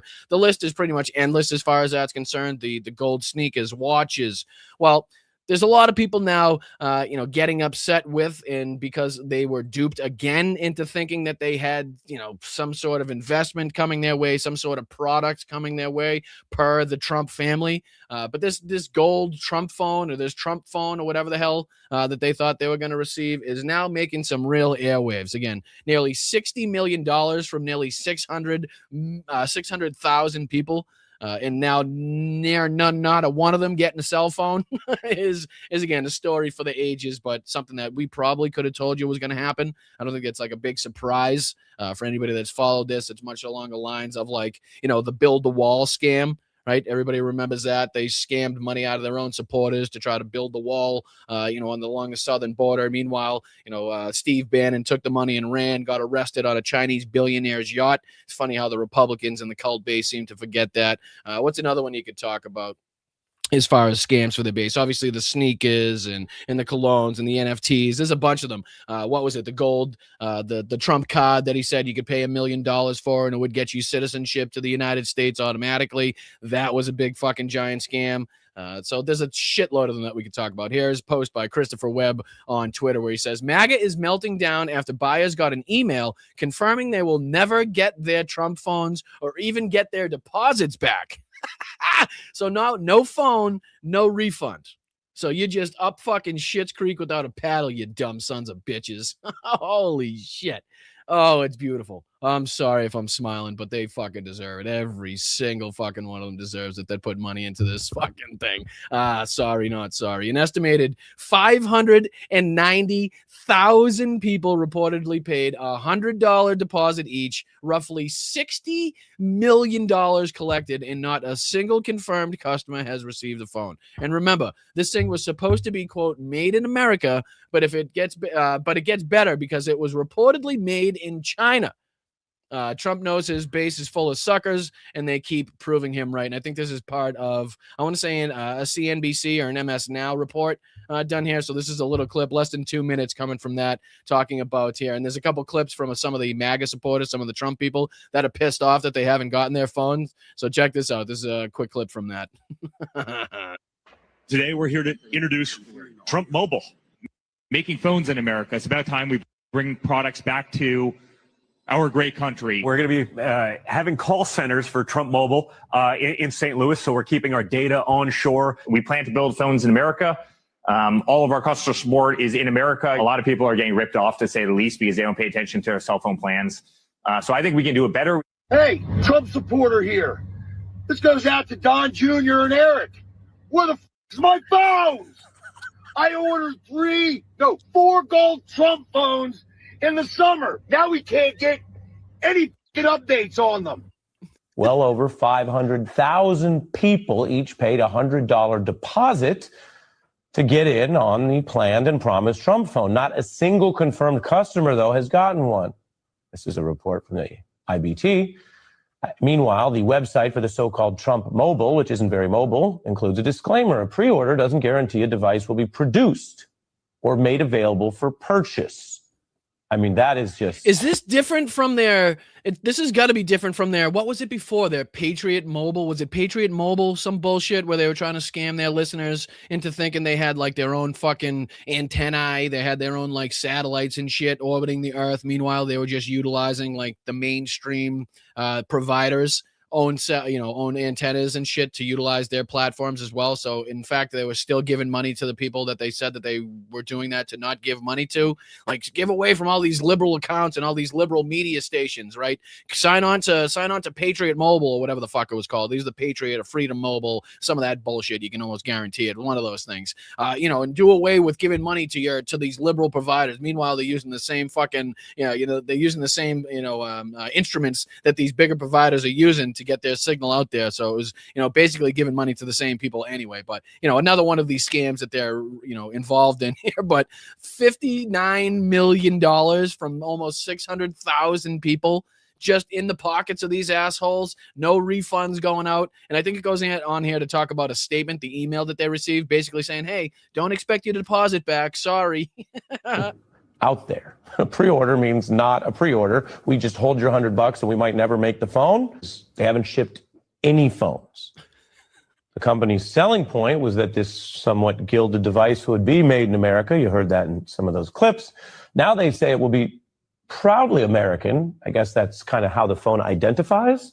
It will be designed with American values in mind, but that's not how country of origin labeling works. If you're going to make something here or have it abroad, the mother of all tariffs president ought to know that. The phone reportedly now predominantly made in China. But again, that's if it's made. So far, the company now says, don't assume if you buy one or part of one. If it's made at all, it's going to be made in China, right? You can see how they're trying to, like, trick you with the way that they're labeling it. Proudly American, not made in America, right? Not assembled in America, none of that. Built in China, but it's going to be proudly American. And who knows? Fuck it. I wouldn't put it past Donald Trump for traveling to China just to see if he can get these fucking phones in. You know what I mean? But why would he do that? Because he's more than happy taking the $60 million anyway. So I'm sure that's probably not on the tops of his mind. Anyway, but, the scams continue from these assholes. Again, the most blatantly corrupt administration, the most blatantly corrupt family that we've ever seen occupy this White House by wide margins, as it were. But, just kind of another one of those pieces of evidence to suggest there where people are getting duped because of their own stupidity, right? I mean, it's not like we haven't told them time and time again the guy was a con man, the guy's a fraudster, That's what he does. He scams people out of shit. He gets people to work and do things, and then he doesn't pay them. You know, he picks apart little things and says, okay, because of this, I'm not going to pay you. You don't deserve any money. I mean, we've known that for years that he stiffs his contractors. We've known for years that fucking multiple people have sued him for non-payment or non-compliance or whatever the fuck. How many businesses have we talked about of his that have gone out of, that have basically gone extinct because of his stupidity? I mean, it kind of it fits in line. But again, the build the wall scheme, you can go through all of them, that these people are just like happy time and time again. The crypto scams. I mean, how many people have lost their shirt because of the Melania coin, because of the Trump coin? I mean, people went fucking broke. People lost their shit because of that, right? So again, this is just another one of those, fall in line cultists, send me your money cultists. Remember when they were like getting reoccurring donations from people too? People on their like deathbed, people just like barely scraping by on Social Security and disability and shit. Meanwhile, they were scamming them because there was like a box on the website that people didn't see was checked and allowed the payments, the donations that they were given to be monthly, to be reoccurring. And basically people had no fucking idea until it was like too late. Their bank accounts were emptied. You know, they got thousands and thousands and thousands of dollars. I remember covering a couple stories of, again, veterans that were in the hospital. They're on hospice, trying to take care of themselves, trying to fucking figure out how to rob Peter to pay Paul, to take care of themselves medically, while also providing for whatever other things that they had to provide for. And these fucking people are just robbing them blind out of their bank accounts. That's another one of the scams, but it's like, we told you, we fucking told you. But another thing we told you about was these morons here. Speaking of which, is this guy here, Benny Johnson. No, thank you guys. I really do appreciate anybody that's kind enough to be sending in super chats and stuff. Colleen, thank you so much. Thank you so much. I see that one in there. Very, very generous of you, Colleen. I very much appreciate that. And again, that goes for anybody kicking in a buck or two into the chat there, helping this show grow. Again, we're trying to get to 20,000 subscribers. Thank you guys so much for getting us past 17,000. I think we're actually past 17,100 already. So let's keep that explosive growth going. I really do appreciate you guys for giving me the opportunity, taking the time out of your day to spend a little bit here with me in this fabulous chat community that we've built here. So make it worth your while. Hit that like button, subscribe if you're not subscribed already. Very much appreciated for you guys dealing with me. But again, here's this moron. And I just want to show you kind of the AI slop that he's been putting out there, right? I mean, these people are they never cease to amaze me, their usage of AI and how, like, I don't know, they put themselves like in the worst positions, and they put the people that they seemingly like in the worst positions in these AI photos. But this is the one we're talking about today, right above my head. MTG flees the U.S. Benny Johnson is going to try to tell us right now. She's so scared because of the MAGA split. She's been so embarrassed, apparently, by Donald Trump that she's now fleeing the United States. And again, that is Benny Johnson's video. But look at the slop now. I mean, did you ever think in 2026 Benny Johnson would be making videos with thumbnails like this and titles like this? Right? I don't think Benny Johnson had that on his bingo card. If you ask him in 2024, even in 2025, what was going to happen with you and Marjorie Taylor Greene, didn't see this one coming, I gotta say. And that goes for the Tim Pools, as we've talked about. They've had to talk about World War III. They were talking about the devastating effects of the Democratic elections that we've seen in these special elections. Things that they didn't really expect to cover. War in the Middle East, obviously. But here's Benny Johnson getting us to reporting, at least on his side of the story, about Marjorie Taylor Greene allegedly fleeing the United States. It says MTG flees America, new $5 million foreign mansion exposed. So apparently she's got a $5 million foreign mansion somewhere, and Benny Johnson's going to tell us about it. But again, I just want the clearer indication. My voters. Shut up, Benny. I'm going to go back to the beginning here. But the clearer picture that I want everybody to draw from this is the fact that they are disintegrating. The cult is disintegrating rapidly. And now, instead of Benny Johnson making videos about Democrats, instead of Benny Johnson, doing propaganda for Donald Trump as he does in every other video, I'm just saying, he has to at least utilize some of his time now to shoot down what Marjorie Taylor Greene is saying, because it's been so harmful to the MAGA base, because it's been so harmful to Donald Trump, to not only what she's saying as far as the Epstein files and the shit that Donald Trump's been texting her, yada, yada, yada, but also just in the fact that he has to deal with Marjorie Taylor Greene, who was once this like huge proponent of MAGA, kind of the face of MAGA, the person that you would kind of, associate closest with MAGA at one point in time, now being on the total outs, now being the one that they have to demonize, now being the one that they have to ridicule and mock, right? So again, here, check this out. This is Benny Johnson going after one of his own. The MAGA Civil War continues. Benny Johnson against Marjorie Taylor Greene. Apparently, Marjorie Taylor Greene's buying $5 million mansions somewhere abroad, as Benny Johnson is going to allege here. There's an old adage in Washington, D.C. It goes like this. If you want a friend in politics, get a dog. Dogs are loyal. Marjorie Taylor. I'm sorry, which one's the dog? I'm just curious which one in this picture you're trying to depict as a dog, because only one of them looks, I'll say, disgustingly old, sweaty, decrepit, and like he's about to keel over, right? I'm just pointing it out there. We could make I'm sure we could make cases for both of the people represented here in this picture as far as what Benny Johnson is saying. Taylor Greene is worse than a dog. Marjorie Taylor Greene is not loyal to the president. Marjorie Taylor Greene is worse than a dog. Again, did you think that was going to be coming out of Benny Johnson's mouth in 2026? Again, not even halfway through Donald Trump's second term here. And that's what Benny Johnson has to be talking about. To her party, or really to anyone other than herself, Marjorie Taylor Greene betrayed her party and this movement the moment she got the chance to run into the open arms of left-wing corporate media that hates all of us. And again, to be clear, this is Benny Johnson defending the Epstein class, defending Donald Trump's involvement in the Epstein files, defending the fact that Donald Trump wouldn't take meetings with the Epstein victims, basically lied to Marjorie Taylor Greene about what he would do for the victims, and then kind of stood her up. Now being on the opposite side of what Marjorie Taylor Greene, at least, like I say, as per the Epstein files, was trying to get released, and the information and the support for the victims. That's what Benny Johnson is defending here, right? I just want to make it clear that he's having to call Marjorie Taylor Greene a dog and not loyal, because again, the one aspect that they disagreed on was the release of the Epstein files. Again, she has not changed her stance. Otherwise, it's not like she's changed from being a Republican or a conservative or a bigot or a racist or a transphobe. None of those things. She's all of those still. Every single one of those she is still. But that one thing that they disagreed on was the Epstein files, and now Benny Johnson can't have that. Right? He can't have anybody, again, going after the dear leader, going after the dear Fuhrer for his involvement in the Epstein files. They're trying to, again, put the kibosh on that. They're trying to quell anybody talking about that. And as long as Marjorie Taylor Greene is going to be out there on like The View and MS Now and CNN talking about this shit, it's going to be a big fucking problem for both Benny Johnson, Donald Trump, and obviously the MAGA base that still remains defending this asshole.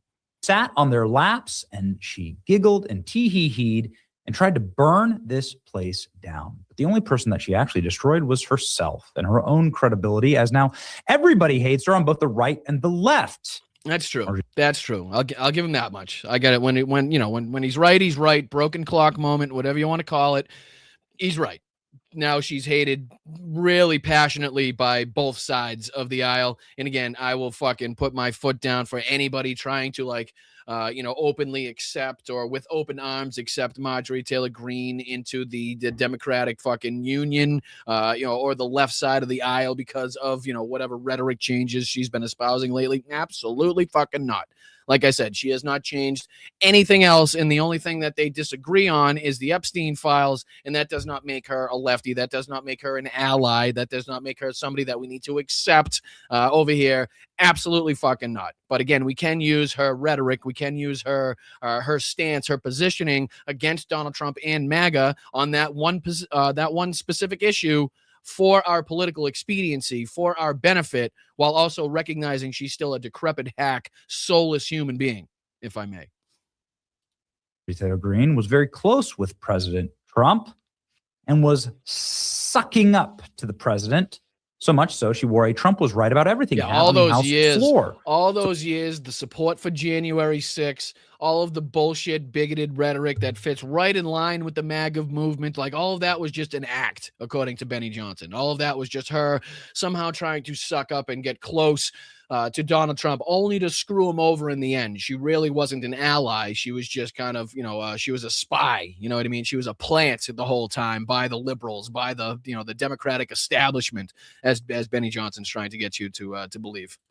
Was Trump right about this when he called Marjorie traitor brown? Because green turns to brown when it rots? Yeah, no. Why don't you discuss with your audience why exactly he comes to this conclusion? Like, what came to this whole battle that they're having? Why don't you explain to your audience one more time his involvement in the Epstein files, right? His friendship, his relationship, long-term relationship with Jeffrey Epstein and Ghislaine Maxwell, the preferential treatment Ghislaine Maxwell has been seeing, not to mention the suspicious death of Jeffrey Epstein under Donald Trump's watch as president of the United States, not to mention the ongoing cover-up by the DOJ and the FBI of Donald Trump's involvement in the Epstein files, having, the unredacted files having yet to be released in totality. The second half of the release, the second half of the files yet to be released. The DOJ basically wiping their hands of this, saying that they've done everything that they needed to do, everything they're required to do. No further investigatory work is needed. No further prosecutions are needed. Everything's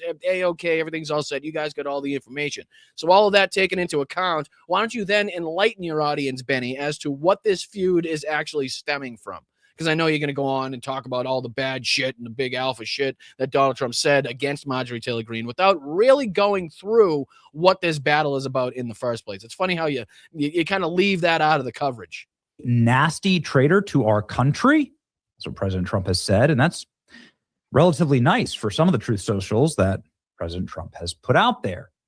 Ladies and gentlemen, Marjorie Taylor Greene went from giggling with Trump at his golf course to giggling with The View. And isn't that more of a slap in the face to Trump, right? And again, you see fucking Tucker Carlson's chuckling fucking ass in there too, showing you, where his allegiance lies as well. But like, isn't that a bigger slap in the face to Trump, saying that like he's dumb enough to be conned by these people? Like he's dumb enough to have these like spies and plants in there that were really never conservatives, never really in the MAGA cult to begin with. But now he's, surrounded by these people that he's had to inevitably kick out of the cult, that he's had, to inevitably say bad things about because they were disloyal or, they didn't back him up in this thing or the other thing, whatever the hell it may be, right? I mean, we've talked about how many people in his first administration have come out against Donald Trump, that worked with Donald Trump, that said he should be nowhere near the hands of power. Absolutely not. Should he be fucking, he's definitely not capable, qualified to be president of the United States. There's a whole list of people.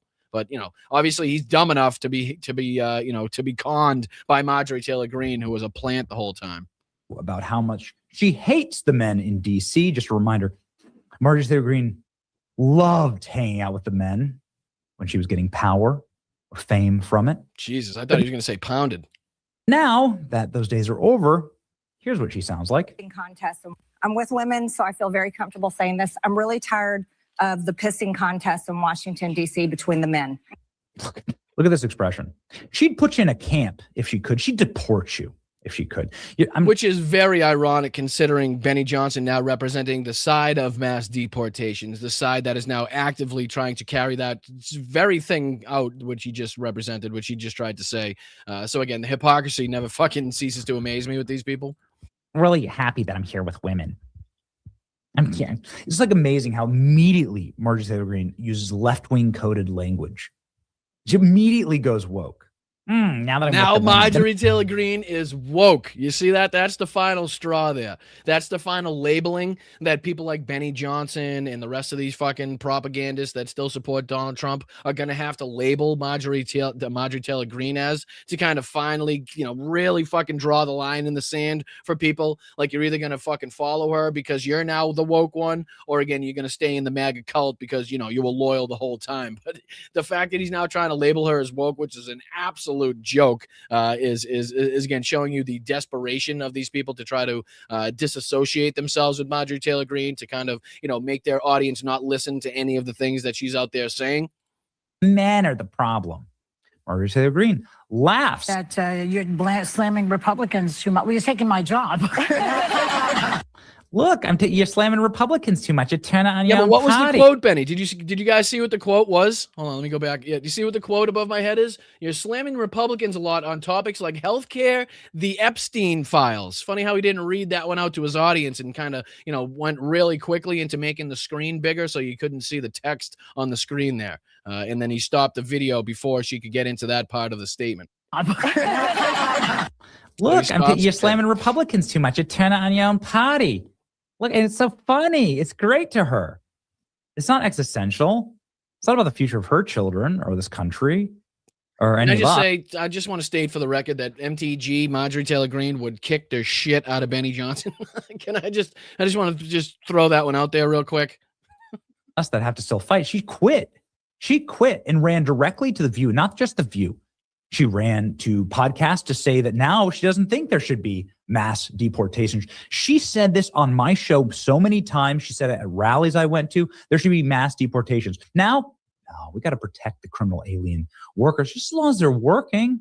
It's amazing. I love it. I just love the split. I love seeing them kind of have to, attack their own people. Go after them for something that, is kind of being said by, a wider aspect, a wider percentage of the population. And now kind of recognizing that, their fight lays, the fight that lays in front of them is probably going to be from people splitting from the MAGA cult, that they're going to have to excommunicate. They're going to have to, again, the people that they were once loyal to or friendly with or had a relationship with are now going to be on the outskirts. They're now going to have to make videos calling them woke or calling them a joke or making it seem like they flipped to the other side, much like you're seeing here, which is, again, is going to be beauteous to see. And I shall cover every goddamn second of it. So please hit that like button, subscribe to the channel if you enjoy watching the MAGA meltdown, the MAGA civil war in real time here. And again, I will continue to reiterate that, although we use clips from people like Marjorie Taylor Greene, some of the clips that, Tucker Carlson has come out and said against Donald Trump, I want to make sure to reiterate and make sure people that recognize that they are still lifeless, soulless hacks, bigoted, racist people, that, again, we can use their rhetoric for our political expediency, but these are not people that we are going to all of a sudden, open our arms and welcome, into our side of the aisle by any stretch of the imagination. And again, that goes for this asshole as well. Because Megyn Kelly here has kind of been forced to, I want to say timidly, because she adds in a lot of caveats in this one. But, she has a video here calling out 60 Minutes, calling out Benjamin Netanyahu for the propaganda that he was trying to spread on with 60 Minutes and putting the blame on like social media bot farms, which is, again, is, incredibly ironic and funny for Israel to be talking about bot farms or cyber warfare in any way, shape, or form. But I digress as far as that's concerned. But this is Megyn Kelly talking about Benjamin Netanyahu on with 60 Minutes and his kind of blaming social media and bot farms for the declining support for Israel, that we've seen not only in the United States, not only throughout the bases of both parties, but now within the establishment, now within the the people of power, the politicians themselves in both parties, and obviously a sentiment seen throughout the globe at this point for the declining support of Israel here, obviously considered what we've seen engaged and enacted by them. But I just wanted to dive into a few minutes of this, of Megyn Kelly having to call out Benjamin Netanyahu with her timidness and just call out the caveats that she also points out in this one, while also calling out the bullshit that Netanyahu spews in this interview as well. So please hit that like button. My name's Brian. This is Blunt Politics. If you could subscribe to the channel, that would be even greater. We're trying to get to 20K, just past 17. So we're getting close. I appreciate you for helping us get halfway there. So let's not halfway there, but getting close to that. I don't know what the hell I just said, halfway there. Goes to show my math skills. But here we go. Here's Megyn Kelly having to call out Benjamin Netanyahu for his lies he told on with 60 Minutes. Several sections of the interview focus on how support for Israel is on the decline here in America, especially among young people, Democrat and Republican and independent, and what the cause of that is. Now, here's an excerpt. This is from the full interview where we removed a lengthy aside from Netanyahu about Israel not targeting civilians. This is a point she, again, just to reiterate, she had to remove herself a part of this response from Netanyahu where they talk about not going after civilians, right? She's going to make a caveat that thousands of civilians have been killed. But again, she's also talking about she's going to cut out. She removed the part from Netanyahu's response where he goes on to say that Israel, laughable as it is, doesn't target civilians. So again, she goes on to say that in her, her journalistic integrity, she decided to remove a portion of this answer herself beyond what she criticizes 60 Minutes for removing. Because as you'll hear in this piece, she actually criticizes 60 Minutes for cutting a portion of Netanyahu's response out themselves, but also acknowledges that she cut out a further portion of Netanyahu's response on her show. So again, the hypocrisy is pretty blatant right off the bat here, and kind of the obfuscation. She wants to make it seem like she's calling him out, but also it's kind of like walking a fine line at the same time here. Make very often that Israel says they never targeted civilians, and they do indeed drop, for example, pamphlets on sites they're about to bomb, telling which we've seen has had tons of impact. We know historically has really made a ton of people all of a sudden just pack up their shit and leave, which is not historically at all what we've seen. Again, pamphlets and flyers were utilized in World War II as well. To help people kind of, know what was going on or pass on different messages of propaganda, whatever it may be. But it didn't have the effect of making people all of a sudden pack up their entire life and moving. That's just not how reality works. That's just not how it works. A lot of people don't have the resources, the power, the money, don't have anywhere to go, even if they did, even if they wanted to. Not bringing up that aspect here, but these little caveats that she puts inside of this bullshit as she's trying to make it seem like she's calling them out, kind of really gives away her positioning in this. She really understands what her audience likes, believes, and thinks, and she kind of is tiptoeing around that as much as she possibly can. that they're about to bomb them. And it's also true that the Palestinians, that the Hamas will hide in a place like a hospital. See, it's always going to be like, well, we got to talk about how, Israel definitely goes after civilians, but can we also talk about the what about isms on the other side, right? We can also talk about this. So I know we're concentrating right now on Netanyahu in Israel and their atrocities that they've committed, but also let me throw in this other caveat to make it seem like it's actually not that bad and it's happening on both sides. You got to remember. To make it tougher for Israel, that's all true, and we know that about Israel. But it's also true that Israel has killed civilians, thousands of them in Gaza, and it's happening again now in Lebanon. We've watched journalists get blown up, and they don't seem particularly apologetic about it. I got to tell you, they're kind of. What about your dear leader? What about the guy that you supported and continue to support? Does he seem apologetic about it? Does he seem kind of disheartened by the amount of death and destruction that we've seen, whether, in Lebanon or Iran or anywhere else that the United States has fucking got their grubby little fingers involved in, right? Does it seem like the guy that you put in power right now is kind of not only responsible for this, but also continues to let this happen? Like, it's funny how you never call out the dear leader. It's funny how you never acknowledge kind of, how much he's responsible for these actions, responsible for what we continue to see now, and the pain, not only in the Middle East, and the pain, not only on the West Bank, and the pain, not only in Gaza, but also the pain that people are feeling here now in the United States as well, and have been for quite some time. Like, oh, well, we've got tens of thousands dead in Gaza, tens of thousands. And they are not all Hamas fighters. There are thousands and thousands of civilians. So that was an aside, but it's a separate debate. Okay. We want to talk here, show you here the discussion about social media and his concerns, because let me tell you, Bibi thinks that's the reason Americans are turning on his country. This idea that a younger generation are on social media or scrolling, do you believe Israel is at risk of losing this war on that social media front? Meaning what is being portrayed, what is being said. And this is particularly, I believe, important in America for younger Americans, Republican and Democrat, who have hardened themselves against Israel, scrolling through images which tell them that there is something not as you describe, but uncivilized.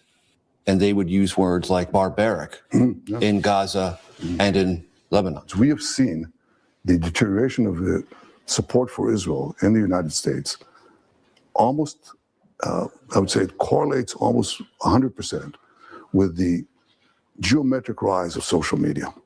And that by itself is not what caused it. And I don't believe in, in censoring them or anything, but I'll tell you what happened.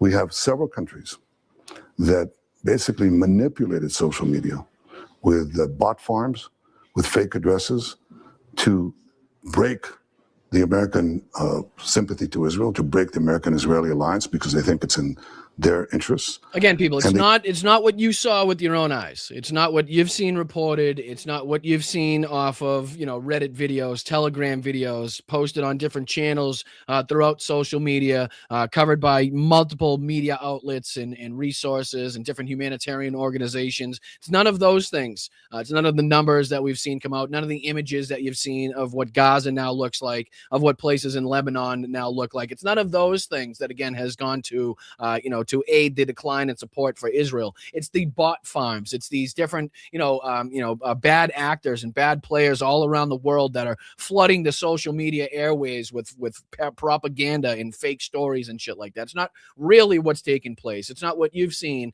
as far as the amount of civilians that were killed, the amount of children that have been killed, right? The amount of people that have been displaced. It has nothing to do with that. The amount of people that were starved, right? The videos that we have of people being fucking double tapped, the videos that we have of civilians being shot in broad daylight. It's not the videos that we have of people just being shot at while they're in huge fucking groups waiting for aid. None of those things have aided in the decline of support for Israel. Of course, it has to be this like huge propaganda war that people in America and all over the world are falling for, when in reality, they're really helping the world and doing good things. Like the fucking asinine, ridiculous nature of anything that he's trying to get across right now. And again, trying to make it seem like what you saw with your own eyes and continue to see with your own eyes and what's reported, to current fucking moment, to this moment right now, is not real, is not actually happening, is just showing you just how like above the fray these people think they are. Like they think they can manipulate entire fucking agendas. They can manipulate entire, like,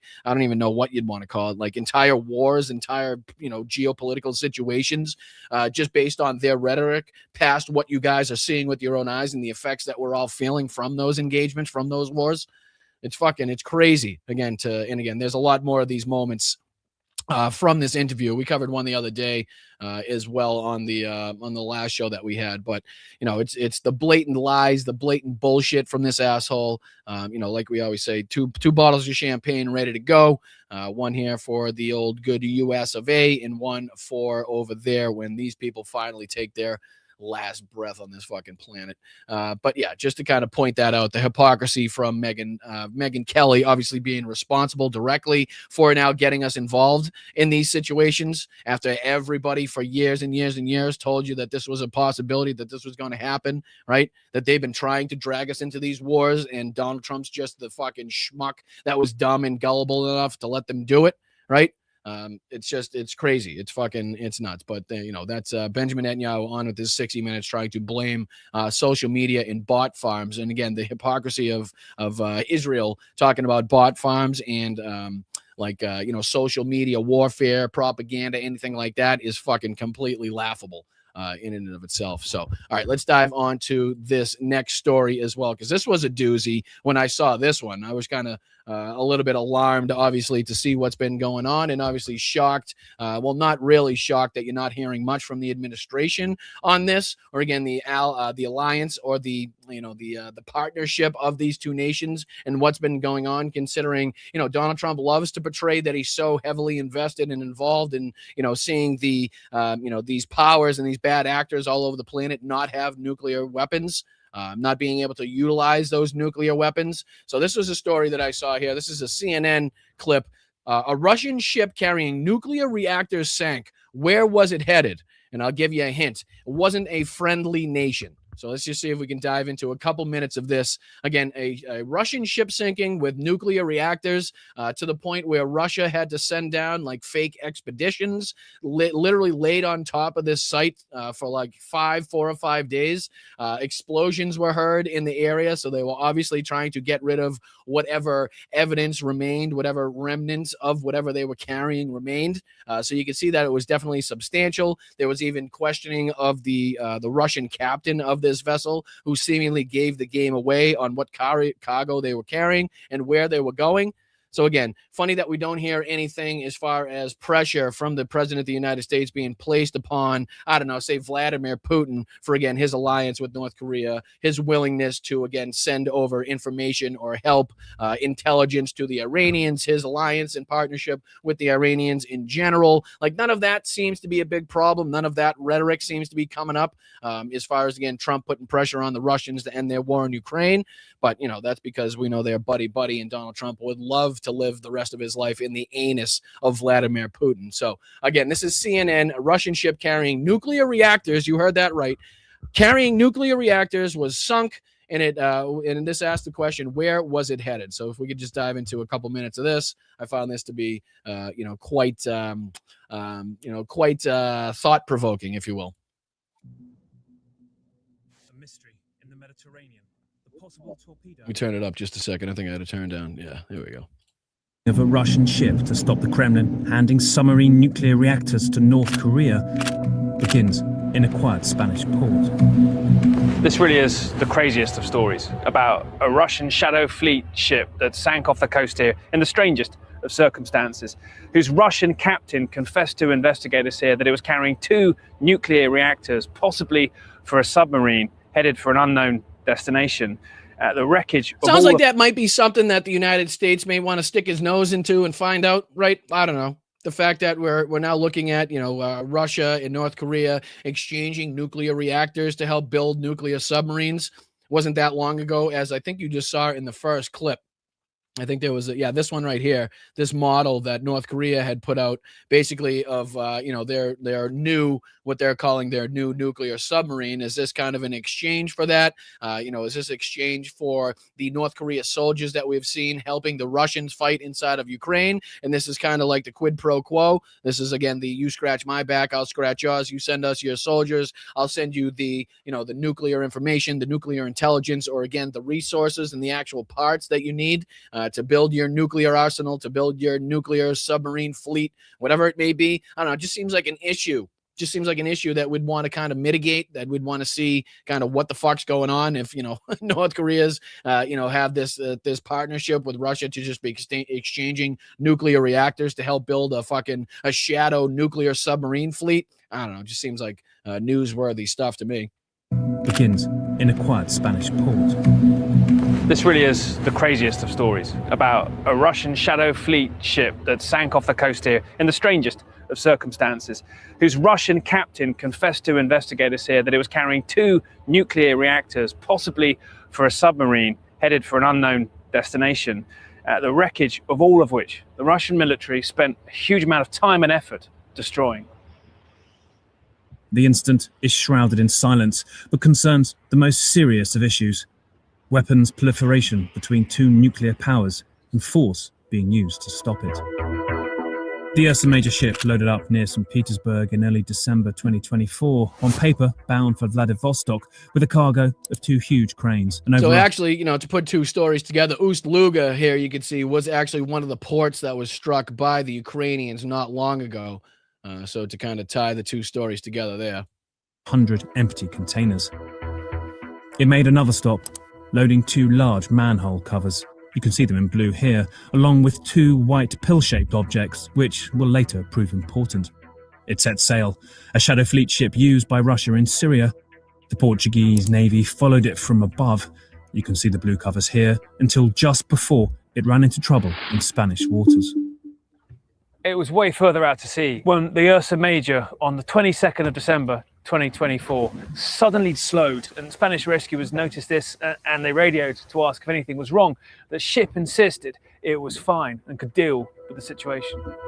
But about 24 hours later, it made a sharp deviation and issued an urgent call for help. The boat was listing, this video shows, filmed from a nearby tanker. Again, just to make it clear, this was in December of 2024, so I don't want to make it seem like this was a recent sinking, but still something that you'd think you'd want to touch base on if you're the United States government. You'd think you kind of would have made clear or used to your advantage. again, in your fucking putting pressure on the Russian government, putting pressure on Vladimir Putin. Like, hey, we know about this. We know about your, your alliance. We know about your agreements. We know about them sending you fucking, them sending you, military help, military assistance. Is this kind of what you're doing in response? Is this kind of okay, thank you. This is what we did. This is the deal that we made for you guys sending us your soldiers to go fight in Ukraine. You'd think you'd kind of use this as leverage, something that if you were the United States president, you'd be out there talking about nonstop to, again, use to your benefit politically, geopolitically. That's kind of, the things that you're supposed to use to your benefit, I would think. But, something that kind of slipped through the cracks, as it were. But probably not going to sink too fast. The captain of the ship later told investigators he'd seen a 50 centimetre by 50 centimetre hole in the hull, the damaged metal facing inwards. A source close to the investigation said. The captain said it had been followed by 3 explosions on the starboard side of the boat, killing 2 of his crew. So the Russian military arrive in force and they tell everyone to stay 2 nautical miles away from their ship, the Ursa Major. So they basically go in, the Russians go in, right? They torpedo the ship themselves to make sure that it sinks, to make sure that it doesn't just sit there floating and somebody can get, gain access to it, gain knowledge of what the cargo was. And then when it sinks, they send in a further expedition force under the disguise of, I think it goes on to say here, but I think it was some expeditionary ship that is widely known to be affiliated with the Russian government there. And they basically sat on the wreckage spot for about 4 or 5 days. There was loud explosions heard throughout the area throughout that time period. So basically one can assume that they were down there, sending down divers, sending down whatever that they needed to make sure to destroy whatever evidence was still left at the bottom of the sea, in hopes that nobody would be able to dive on that site later to figure out what was being carried, kind of what the plan was, what was going on that ship exactly. So I just found that to be remarkable that, again, that's not something that's being utilized, talked about more often, again, as we see the North Koreans marching in the Russian Victory Day parade. You would just think that this story, this information of this alliance or suspected alliance of where this was going, because the Russian story is that they were going to another Russian port, but again, their route of travel doesn't make sense because the port in which they say they were going to, I forget what port that they say now, but it's actually linked via railway to the point in which they actually picked up their cargo. So why in which they would need a ship to take that cargo all the way around Spain to see where they ended up if they were just going to a Russian port that was inevitably linked via train to begin with, doesn't add up, doesn't make sense, and again, begs the question as to what the real plan was here. But it's just something that I thought, you're always looking for things as the president. You're always looking for little pieces of information, little pieces of intel that you can use for your benefit, that you can hold over your political opponent, right? You can hold over your enemy to utilize. And it's just like, you'd figure this would be kind of tops on the list, but that would be, again, in a world where you have a U.S. president that actually does want to put pressure on Russia and Vladimir Putin to stop their war in Ukraine, which is exactly not the time frame that we're in right now. So, why we're thinking logically. But again, just brings me to this point, which is, what Vladimir Putin is now talking about, because we just talked about nuclear reactors going to North Korea back in 2024, which was, obviously back then something that I think should be utilized informationally, let's just say, by the president. Here's what Vladimir Putin is now saying currently about the capabilities of the Russian military, not only both nuclear and their intent on using those nuclear capabilities. This was posted by the Clash Report. It says Russia says it successfully tested the new nuclear-capable Sarmat missile and plans to place it on combat duty by the end of the year. Putin says the missile's range could exceed 35,000 kilometers. Right, so there's 2 clips here. There's another one here where he says the Oreshnik missile can now be equipped with nuclear warheads, again, trying to threaten escalation, trying to threaten a nuclear holocaust, basically here. But something really not being talked about by the United States president. A lot of talk about Iran not having nuclear weapons, even though we know that, based on Tulsi Gabbard's own intelligence reports, Donald Trump's own intelligence reports, they were nowhere near seeking a nuclear weapon and had stopped that, paused that in 2003. And there's been no reports to suggest that they had started that back up again. But again, we've heard Donald Trump's excuse that he's using for the war that he's now enacted. But what's he going to say about this? What's he going to say about Vladimir Putin now talking about the successful new nuclear test of their Sarmat missile and how he plans to put that into duty by the end of the year, and that range exceeds 35,000 kilometers, right? I mean, we're talking about Benjamin Netanyahu's propaganda. Remember when, I forget how long ago it was now, like I said, so much of this blends together, but there was a missile launch on one of the islands occupied by the United States military that was much deeper in range, much farther away in range than anything previously expected, anything previously thought capable by the Iranian military, right? A lot of people suspected, and there was a lot of tinfoil hat conspiracy theorists out there kind of thinking that it might have even been Israel to launch on that, to kind of make it seem like there was a bigger threat, to make it seem like the Iranians had more capabilities than they actually did have. That was when the Iranian side came out and said, no, that wasn't us. We've never once said that we have missiles capable of shooting that range, shooting that distance. We've come out and taken responsibility for all of these other strikes into the Middle East, into, the U.S. bases in the area. Why would we not take, kind of ownership over this one? So that was kind of a whole back and forth too. But, what's he going to say here? Again, I'll play this real quick. Here's Putin talking about his Sarmat missile and how it's now nuclear capable and equivalent of more than 4 times. What's it say? Total power of Sarmat missile exceeds that of any Western equivalent by more than 4 times, it says. Check this one out.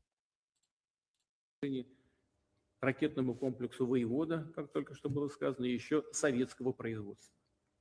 Probably not going to help that he's speaking Russian. We'll probably just kind of stick to the translations, if you will, just to not take up too much of your time. But again, like I said here, we'll go through just a little bit of the statements. He talks about the Oreshnik missile being equipped with nuclear warheads as well. So these are clear indicators, clear threats here of escalating this conflict. This is not somebody that wants peace. This is not somebody that's ready to have, negotiations, as much as the reporting coming out from the last couple of days was, Vladimir Putin says the war in Ukraine could be coming to an end. Yeah, fucking can it, stuff it. I don't buy it. Not buying it at all, nor will I ever from the, from this fucking government, from Vladimir Putin or Russia whatsoever. But again, what's the response going to be? Again, are we going to respond to this in kind? Are we going to recognize the escalatory threats here of nuclear war by the Russians as they're engaging in their illegal, unconstitutional war with fucking war crimes attached to them that they've been engaging in Ukraine for quite some time now? I'm just kind of curious what that response will be. But that leads me to this, because there are some little bits of good news that I wanted to pull up as well. This is the battle plans exposed from the Sun, and it says Ukraine retakes 10% of lost land as Russian advance stalls. And I think this is going to go on to talk about, it says on the screen now, the Konstantinivka area, but I want to see if they touch base on the Zaporizhia region. Remember, we talked about in one of the last shows how the Russians were trying to make a push along the waterway to Zaporizhia, and the Ukrainians managed to, I believe it was like a 3-pronged attack that the Ukrainians managed to thwart. Well, I think that the Ukrainians have sent in reinforcements to that area, reinforcements to make sure that the Russians are pushed back in the, I believe it's the Stepnorysk area as well. Let's see if that covers this. But again, like I said, the battle plan's exposed. I believe his name is, what's his name? Ingram. I always forget the guy's name. Philip Ingram. That's his name. Kind of gives us an update here into a few of the stories taking place on the front. So what do you say if we can catch you up to speed, and then we'll get you out of here for the day. I really do appreciate you guys for sticking with me. Make sure you hit that like button, subscribe to the channel. We're on our way to 20K, and it's only with your help and your kindness and your generosity that we're going to get there. And I really do appreciate you guys for sticking with me. So shout out to the mods. Shout out to the best chat on the world, in the world, on the internet, right here at Blunt Politics. What do you say we dive into this? Slava Ukraini, Heroyam Slava. How's Ukraine reversing the momentum? Total, undeniable drone supremacy. Russian officials are panicking. The vaunted Russian grinding advance has not just stalled. In areas, it is reversing. And Putin is sitting there increasingly scared and having to react. As Ukraine brings the war home to Russia and burns Putin's oil reserves, the map is being rewritten. I'm Philip Ingram, and this is Battle Plans Exposed.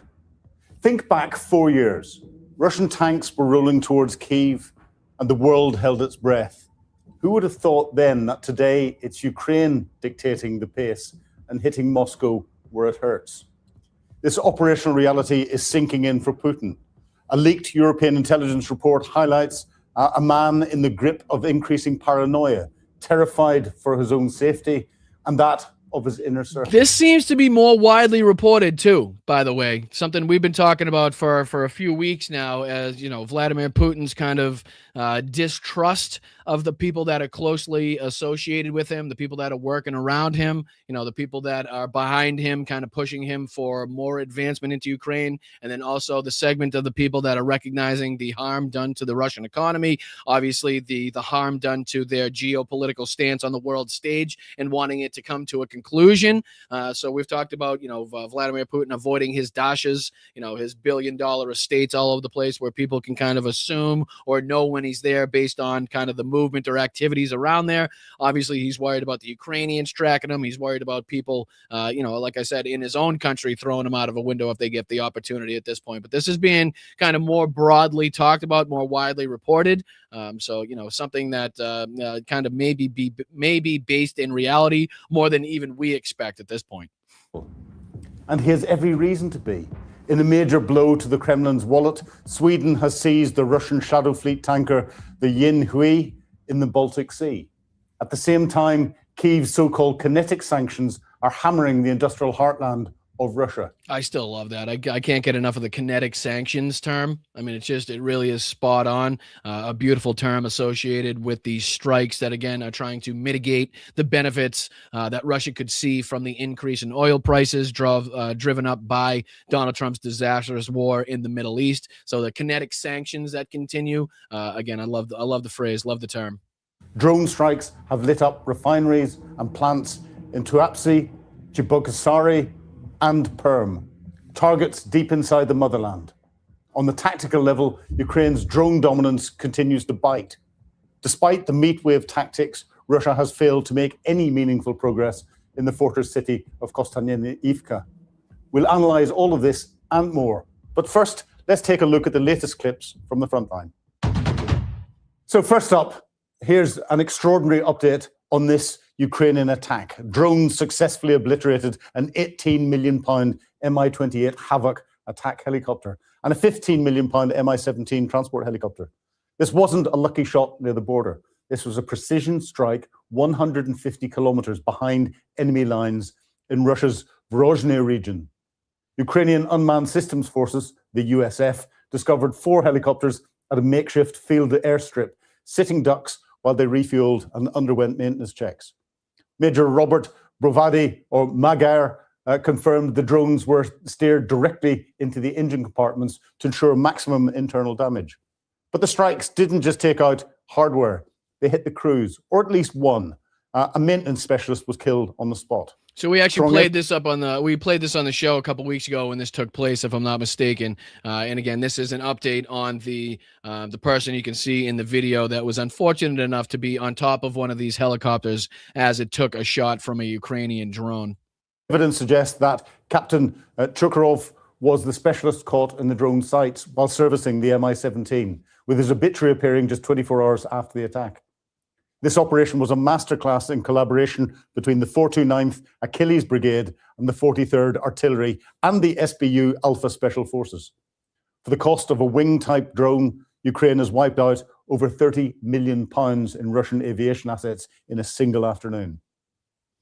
Good. And these costly Ukrainian strikes didn't just hit helicopters. We discussed last week the Ural Mountains and the shield they provided for protecting Russia's industrial heartland and military complex. For years, the area east of them was seen as Russia's fortress, a safe rear out of Ukraine's reach. Well, looking at Chagol airfield, that's not the case anymore. Home of the crown jewels and the Russian air power, Ukrainian drones traveled a staggering 1,700 kilometers to strike the site. 1,700 kilometers, some of the longest ranges that we've seen, we've heard in quite some time. I think the last one, what was it, the Perm facility that we were looking at was some 1,500 or so kilometers behind the front. Let's see, I'll pull this up real quick. Maybe we can, I don't know if I'll be lucky enough to find the Perm. Oh, this is the Ukraine map anyway. I'm not sure if this will give me the ability to reach that deep into Russia. Yeah, no, this is the map of the Ukraine anyway. But, the substantial distances that we've been seeing, the Ukrainians getting behind the Russian front lines and into Russian territory itself has been kind of expanding greatly ever since their capabilities have expanded with drones. Obviously, the amount of drones that they have to use at their disposal has expanded. So again, these ranges are just something that we're more and more likely to see increase based upon the expert knowledge, them kind of advancing drone warfare, utilizing the different bits of technology, utilizing the knowledge they have to get around Russian air defenses, if any are in place at all. So again, the efficacy that we've seen from the Ukrainian strikes recently is only likely to grow. And again, the distance we've seen, the strikes happen inside of Russia is only likely to grow based upon obviously the targets that they want to strike as well. Rewriting the rules of long-range warfare. The targets were Russia's most prized assets. 2 Su-57 Felon stealth fighters and the Su-34 fighter bomber. A single Su-57 costs up to £120 million, while the Su-34 is worth around 50 million. The Su-57, this is the first time we believe one has been struck in combat. As you can see, the Kremlin assumed they were safe and parked their most expensive, cutting-edge, fifth-generation fighter jets on the runway. This exposed position was perfect for Ukraine. Again, Commander Robert Magyar Brovady confirmed. But it does. Like he said, it just goes to show you their not only their comfort level, but how unprepared they are for, again, the changes in this war. Kind of the changes in the technology, the changes in drone warfare, just kind of lined up on the runway, ready for fucking any drone or multiple drones to come in and take out, you know what I mean? So it just goes to show you their inability to protect these spaces, or again, inability to recognize their need to protect these spaces because of the long range drones, and the ability that the Ukrainians now have to hit these targets. Noting that hunting these advanced jets is critical to reducing the number of guided bombs falling on Ukrainian cities. Intelligence reports suggest that some Su-34 components are still being built using Western tech that's escaped sanctions. And we only have a few more minutes here, so I'm going to skip ahead just real quick where he gives us some updates on the frontline actions as well. That's kind of what I wanted to dive into here. So just, in the sake of time here, I'm going to go ahead a little bit. Let's look at the hard data. Throughout April 2026, Russian forces lost a total of 116 square kilometers of terrain. So why does the Kremlin keep broadcasting claims of victory? It all comes down to a desperate change in tactics. Infiltration. Instead of massive, sweeping armored assaults, Russian commanders are sending small, isolated infantry groups sneaking into the gray zones. They infiltrate. And again, just kind of a little bit of benefit, I'd say. Again, if you don't have the ability or you don't have the the knowledge or know-how to catch up on all of these different accounts and stuff and the information here, some benefit to watching the show, because we've talked at length on this show about the change in Russian tactics from like these huge broad armored assaults to trying to infiltrate groups of 2, 3, 4, 10 people into different aspects or different kind of places behind the front to either take pictures of flags at different geographical points to say that they took this land, or to over lengthy periods of time hopefully accrue the number of people getting beyond the Ukrainian front lines to try to cause some damage behind the front lines. A lot of these times they're waiting in buildings with no food, fresh water for sometimes weeks on end for Russians to make their way past the lines or get to the point where they have enough people to push forward in an attack, or to again achieve whatever goals they were sent out to achieve. So you can see how there's some benefit here to watching these smaller channels, these little podcasts that would, if you will, because we're kind of spot on a lot of the time as well. Skirts of a town, plant a flag, and the Kremlin claims the city has fallen. But it's a smokescreen. Take the critical hub of Konstantinivka.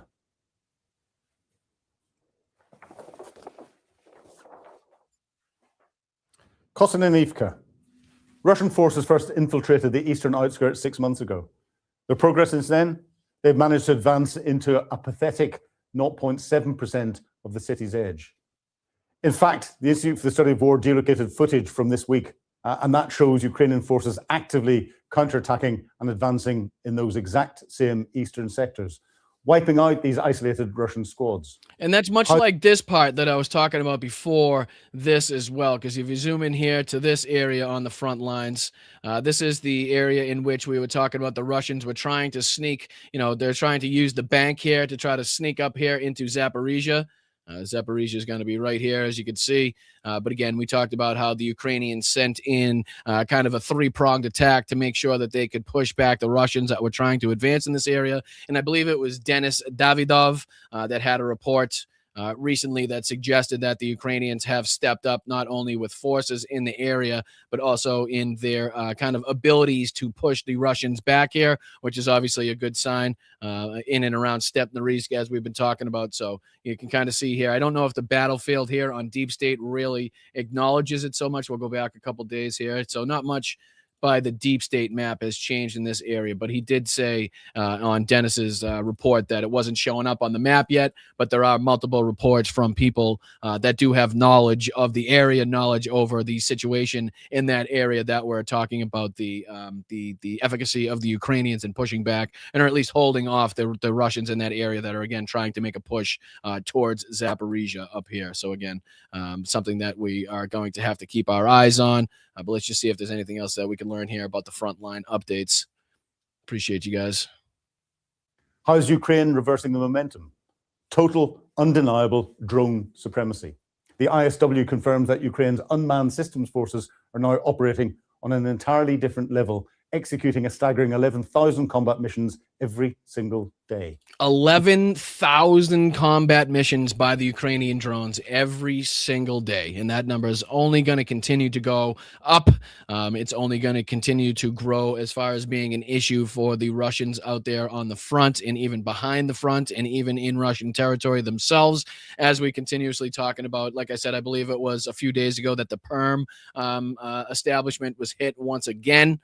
Deep inside of Russia as well. So obviously some things to keep our eyes on. Obviously some good things happening here. We'll have to, continuously try to keep updated on what's happening on the front lines, happening both geopolitically with strikes in the occupied territory of Russia and obviously inside of Russian territory itself to make sure that we're at least up to speed, up to date on what's taking place in this war. Obviously, as we were reporting in the beginning of the show, Donald Trump calling the Iranian response to his 14-point proposal in response to the Iranians' 10-point proposal that Donald Trump called a 9-point proposal was garbage. He didn't finish reading it. Again, showing you a clear indication of where the negotiations, the so-called negotiations, lie, and kind of what the chances are that we get out of this with some sort of peace agreement before escalatory actions pick back up. Not looking very likely, as we've talked about. Pete Hegseth talking about the United States military being locked and loaded and ready to go. That reminds me as well, we'll have clips tomorrow on the show of Pete Hegseth and his answering of questions in front of Congress today. I'm sure there'll be no shortage of clips from that to get into.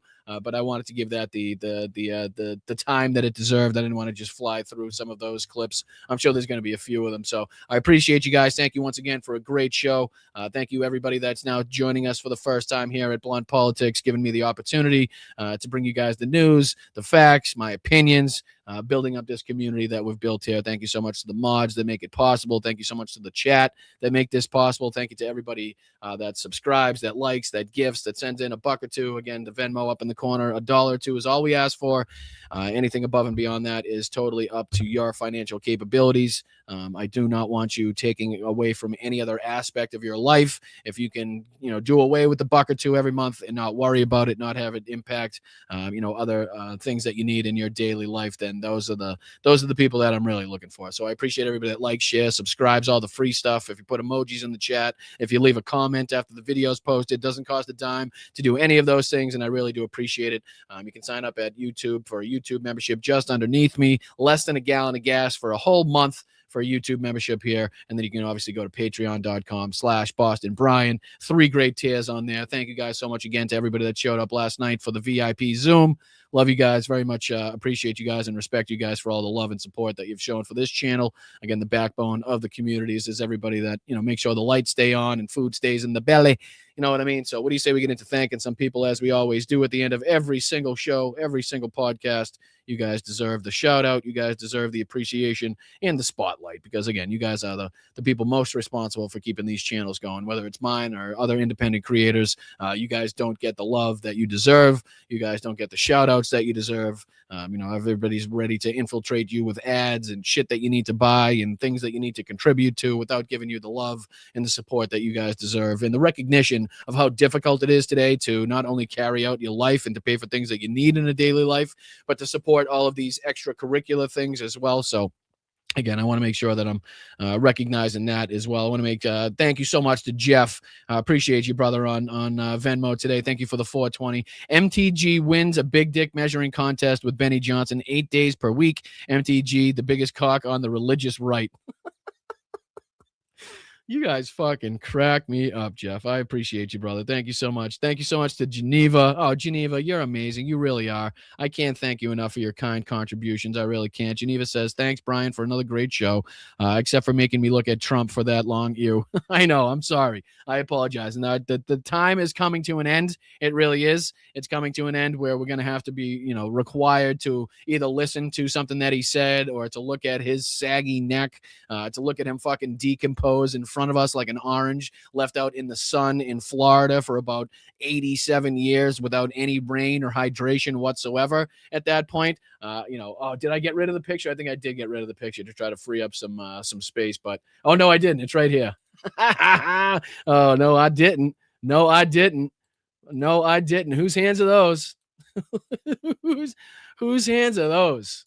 Jesus Christ Almighty. Get those things in a casket. Put those back in the casket. Holy shit. But no, I appreciate you. Thank you so much, Geneva. And my apologies for, keeping that thing on the screen too long. I try to keep it to a minimum as wherever I can. And then just over the last couple days, as I like to do, give everybody a shout out a couple times. Thank you so much to Roger and Karen. Thank you so much to Yakov. Thank you so much to Allison. Thank you so much to Nancy. God bless you. Very much appreciate you, Nancy. Love seeing you last night again in the Zoom. Thank you so much to Roxanne. Roxanne, hope everything's okay with mom. Please give me an update if you're in the chat, if you're seeing this.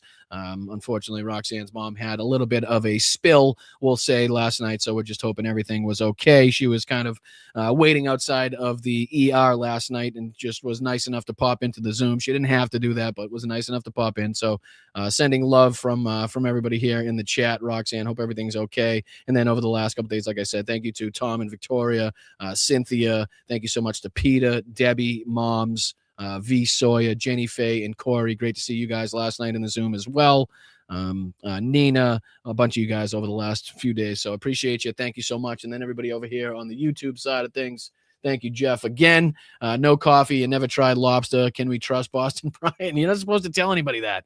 Come on. You're supposed to keep that between me and you. God damn it. Now it's out there for everybody to know. Yeah, not a coffee drinker and not a big seafood person in general. So, just to kind of shame myself even further from being a New Englandite, from being a Bostonian. Thanks for shaming me. And I don't like Dunkin' Donuts. Fuck, they're gonna remove my Boston card. No, but I appreciate you, Jeff. Thank you so much. Thank you, Colleen. Thank you, Colleen, for the $10 here. Says just finished the Epstein shadow hearing in Palm Beach. Powerful. I'll have to check that out. I appreciate you, Colleen. Thank you so much for your contributions, but for filling me in on that as well. Thank you so much, Bicycle Mike. 21 months. Let's fucking go, brother. F Trump, F cancer. Right there with you, Bicycle Mike. Hope you're having a wonderful day, my friend. Thank you so much for joining us here in the chat. Oh, thank you so much, Colleen. I appreciate that. Thank you so much for your kind $50 contribution to the channel today. Colleen says, keep fighting, Democrats. Support Blue. Unable to contribute for a while. Love to all. Thank you, Brian. Well, I very much appreciate that, Colleen. And again, hopefully you're not, overextending yourself. It's very nice of you to contribute in that way. We appreciate it here a lot at Blunt Politics, but hopefully we're not putting you in any tight spots, Colleen. So let us know. Thank you so much for your kind contributions. Hope you're having a wonderful day as well. Thank you to B-Man. What's going on, B-Man? Good afternoon, Brian. Just finished cutting down trees and was happy your show was on. Why can't MAGA see the con? Muy stupido. I know, Bri. It's if it's been this long and they haven't seen it, the people that remain in it probably aren't ever going to come see the light, which is why I say that that hardcore base is going to remain. I can continue to draw the comparison to the people that were left surrounding Hitler in the bunker at the end of World War II, just before he killed himself in the bunker. Like, those are going to be equated to the people that are going to be surrounding Donald Trump until he takes his last breath, right? That's what we're going to see. I know it's going to be increasingly frustrating, increasingly demoralizing to see people as there's more dangerous and more degradation comes to our society and obviously the planet because of this asshole, that it's still going to stick with them. But just be ready for it, right? Just recognize that that's something that's definitely going to happen. They're going to get more sycophantic. They're going to get more loyal, right? They're going to get more outlandish in their defense of this asshole. So just be prepared for it. But, just at the same time, just be mindful that this is the death of the MAGA cult that we were seeing. If they don't know it, if they don't see it, we can see it from the outside. So B-Man, appreciate you, my friend. Thank you. What's going on, Rach? What's happening, Rachel? Good to see you, my friend. Guest suggestion, Tom Hendrickson, Democratic Socialist on Agawam City Council, is running for Massachusetts State Rep in Hampden County, 3rd Districts. Email. Shoot me an email, Rachel, or let me know what his email is. If you could maybe send it to one of the mods in case I don't see it in the chat, or just, text it to me wherever you can text it to me or shoot it to me on social media. More than happy to reach out. As you guys know, more than happy and willing to utilize this platform that you guys have been kind enough to allow me to build for, Democratic candidates all over the country, different local races as well, which again are very, very important. I know a lot of emphasis is put on the federal elections, but we need to make sure to stay involved in local elections, statewide elections as well. So absolutely, Rachel, I would be more than happy to speak to Tom as well. So thank you for the contribution, and thank you for the suggestion as well. And again, thank you so much for this $2, Rachel. Western Mass exists. Don't forget about us. I sure won't. I know you're easily forgotten, not easily, but often forgotten, I'll say, Rachel, and we apologize for that, but we won't do that here. We'll make sure that we represent as best as we possibly can. So appreciate you, Rach. Have a great day as well. Thank you, Debbie. How are you, Debbie? Good to see you becoming a new YouTube member. Good to have you in the fam. Good to have you in the crew. Help build up this community that we've built here. And I really do. I appreciate you guys, and you guys keep me going every single day. So appreciate you, Debbie. Shout out to Deb there. And then thank you, JD, for the lobsters and the love, my friend.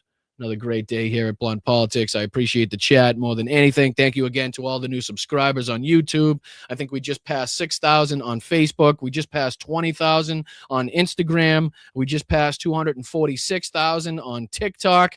A little bit of a difference there. Hopefully we can even those off at some point. Would be great. We're still trying to get the Threads count up. We're still trying to get the Twitch count up as well. So if anybody utilizes Twitch, if anybody is on Substack, make sure you follow us on Substack. It's free. Nothing hidden behind a paywall here. Anybody that's just joining us, you will not have content of mine hidden behind a paywall. You will not have to pay out of pocket to watch any of my content.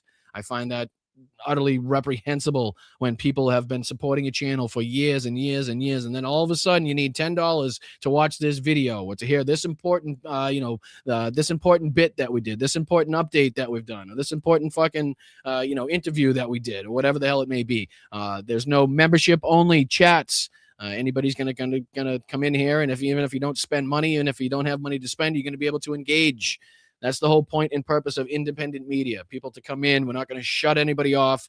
Again, we're not in this to become rich. We're in this to bring you the facts, and at some point, hopefully, be able to make our own way through life at the same time. Would be fantastic. Would be a goal we should obtain to. But I appreciate you guys. I really do. Before we get into the sappy stuff, please make sure you support where you can support. Please make sure you like and subscribe and all the great things that you can do to help this channel grow. And thank you to all of the new subscribers. Make sure you check out all the shorts. Hopefully a few more of those shorts will start breaking through the mold, getting into the mainstream, getting into people's faces. That would be fantastic because it's been a big boost. It's been a big help as far as subscribers is concerned. So make sure you can send those out, share those out, and I will see you guys. What's today? Tuesday. I'll see you tomorrow for the doubleheader. 2 shows tomorrow. So every Wednesday we do 2 shows. We got a show in the afternoon, 1 o'clock on Wednesdays. We're going to be talking to Preston Stewart tomorrow. Really excited for that. We've played a lot of Preston's videos to get updated on both the war in Ukraine. He's been more recently doing videos on what's taking place in the war with Iran. So a lot of good insight, a lot of things that we could discuss, a lot of things that I want to get some insight on as well. So stick around. Make sure you're joining us tomorrow, 1 o'clock. 1 o'clock in the afternoon here at Blunt Politics. That's going to be an interview you do not want to miss. Again, if you're trying to get the most up-to-date information, the most accurate information on what's going on in Ukraine and obviously the Strait of Hormuz and Iran, Preston has done really well. Preston's going to be on in the afternoon. Preston's going to be on 1 p.m. But we also have the 8:30 p.m. show tomorrow night, going to be a full show. 2 hours. The early show is a 1-hour show, so that interview should take care of that. And then we'll go over any of the craziness, the nonsense, any news updates pertaining to, obviously, Ukraine, the war in Iran, domestic policies, anything like that we have to cover for the night show. So hit that like button, subscribe to the channel. Make sure you hit the notification bell. That'll let you know when I go live. Sometimes it works, sometimes it doesn't. Hopefully it works with this channel, but make sure you hit it anyway.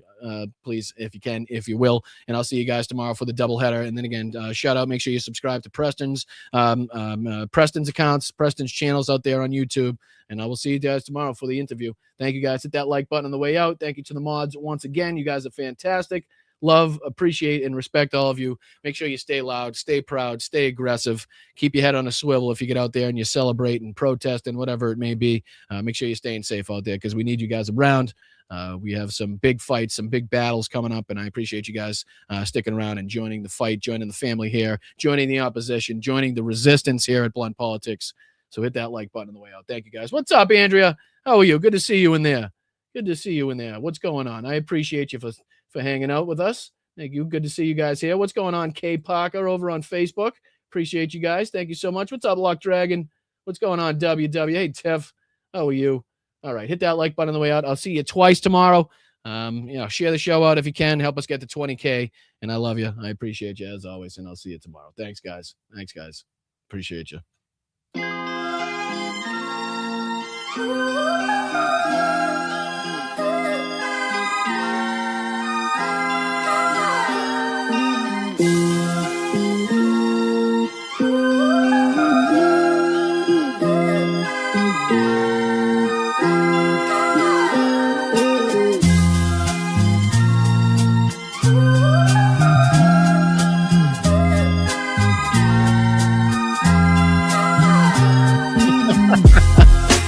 Oh, you're just trying to kill me today, aren't you? You're just trying to kill me today.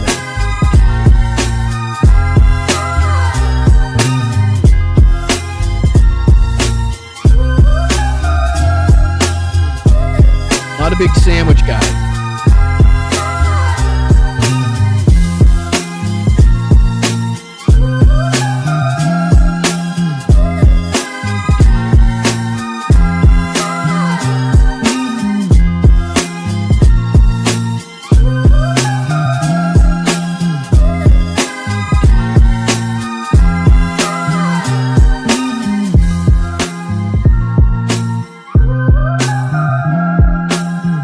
Make sure you guys head over to bostonbrian.com. Please make sure you check out the merch site.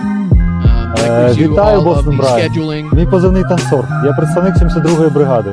Дякую тобі і твоїм підписникам за цей донат, за цю чудову машину, яка буде нас возити усіх на позиції, захищати Україну і наближати перемогу. Разом усі до перемоги. Дякую.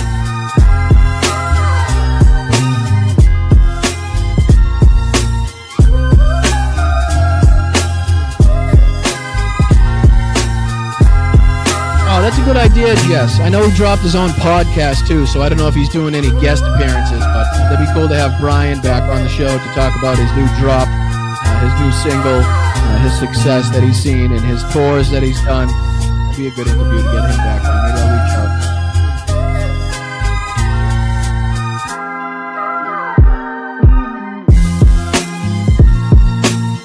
Thank you, Bethany. Have a great day. Appreciate you. Later, Wes. Thank you again to the mob. Much appreciated.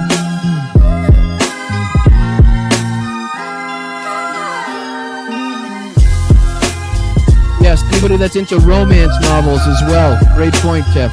We have a fantastic author in the chat. Victoria makes great romance novels. The website is on the screen right now. Anybody that loves that type of stuff, make sure you're checking out that website. Check out her books that she made. Show some support to the Lobster fam. Appreciate it. Вітаю, Бостон Брайан.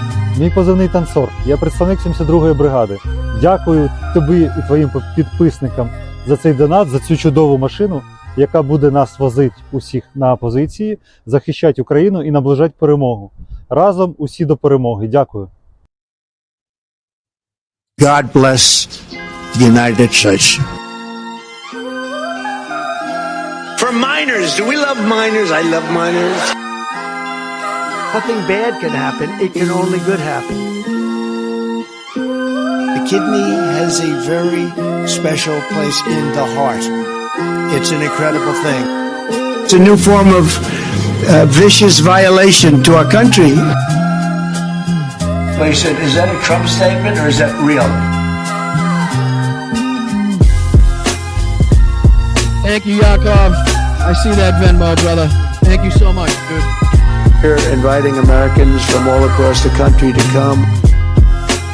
Here's a thought. Grow a sack, fill it with some balls. To officially name the undisputed, when did this come out? The undisputed champion of beautiful clean coal. We always do about this time. He says rectum damn near killed him. Obama. China has total respect for Donald Trump and for Donald Trump's very, very large brain. Вітаю, Бостон Брайан. Мій позивний танцор. Я представник 72-ї бригади. Дякую тобі і твоїм підписникам за цей донат, за цю чудову машину, яка буде нас возити усіх на позиції, захищати Україну і наближати перемогу. Разом усі до перемоги. Дякую.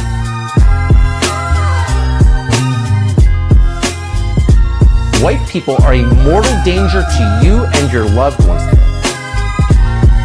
When you ran out the healthy arms, you ran out of really healthy, they had great arms, but they ran out. It's called sports, it's called baseball in particular, and pitchers, I guess you could say, in really particular. Is there anything worse than white people? My superpower is being honest. I will eat my neighbors. I am the chosen one. Eating the dogs, the people that came in, they're eating the cats, they're eating the pets of the people that live there. Call them dumps, big massive dumps.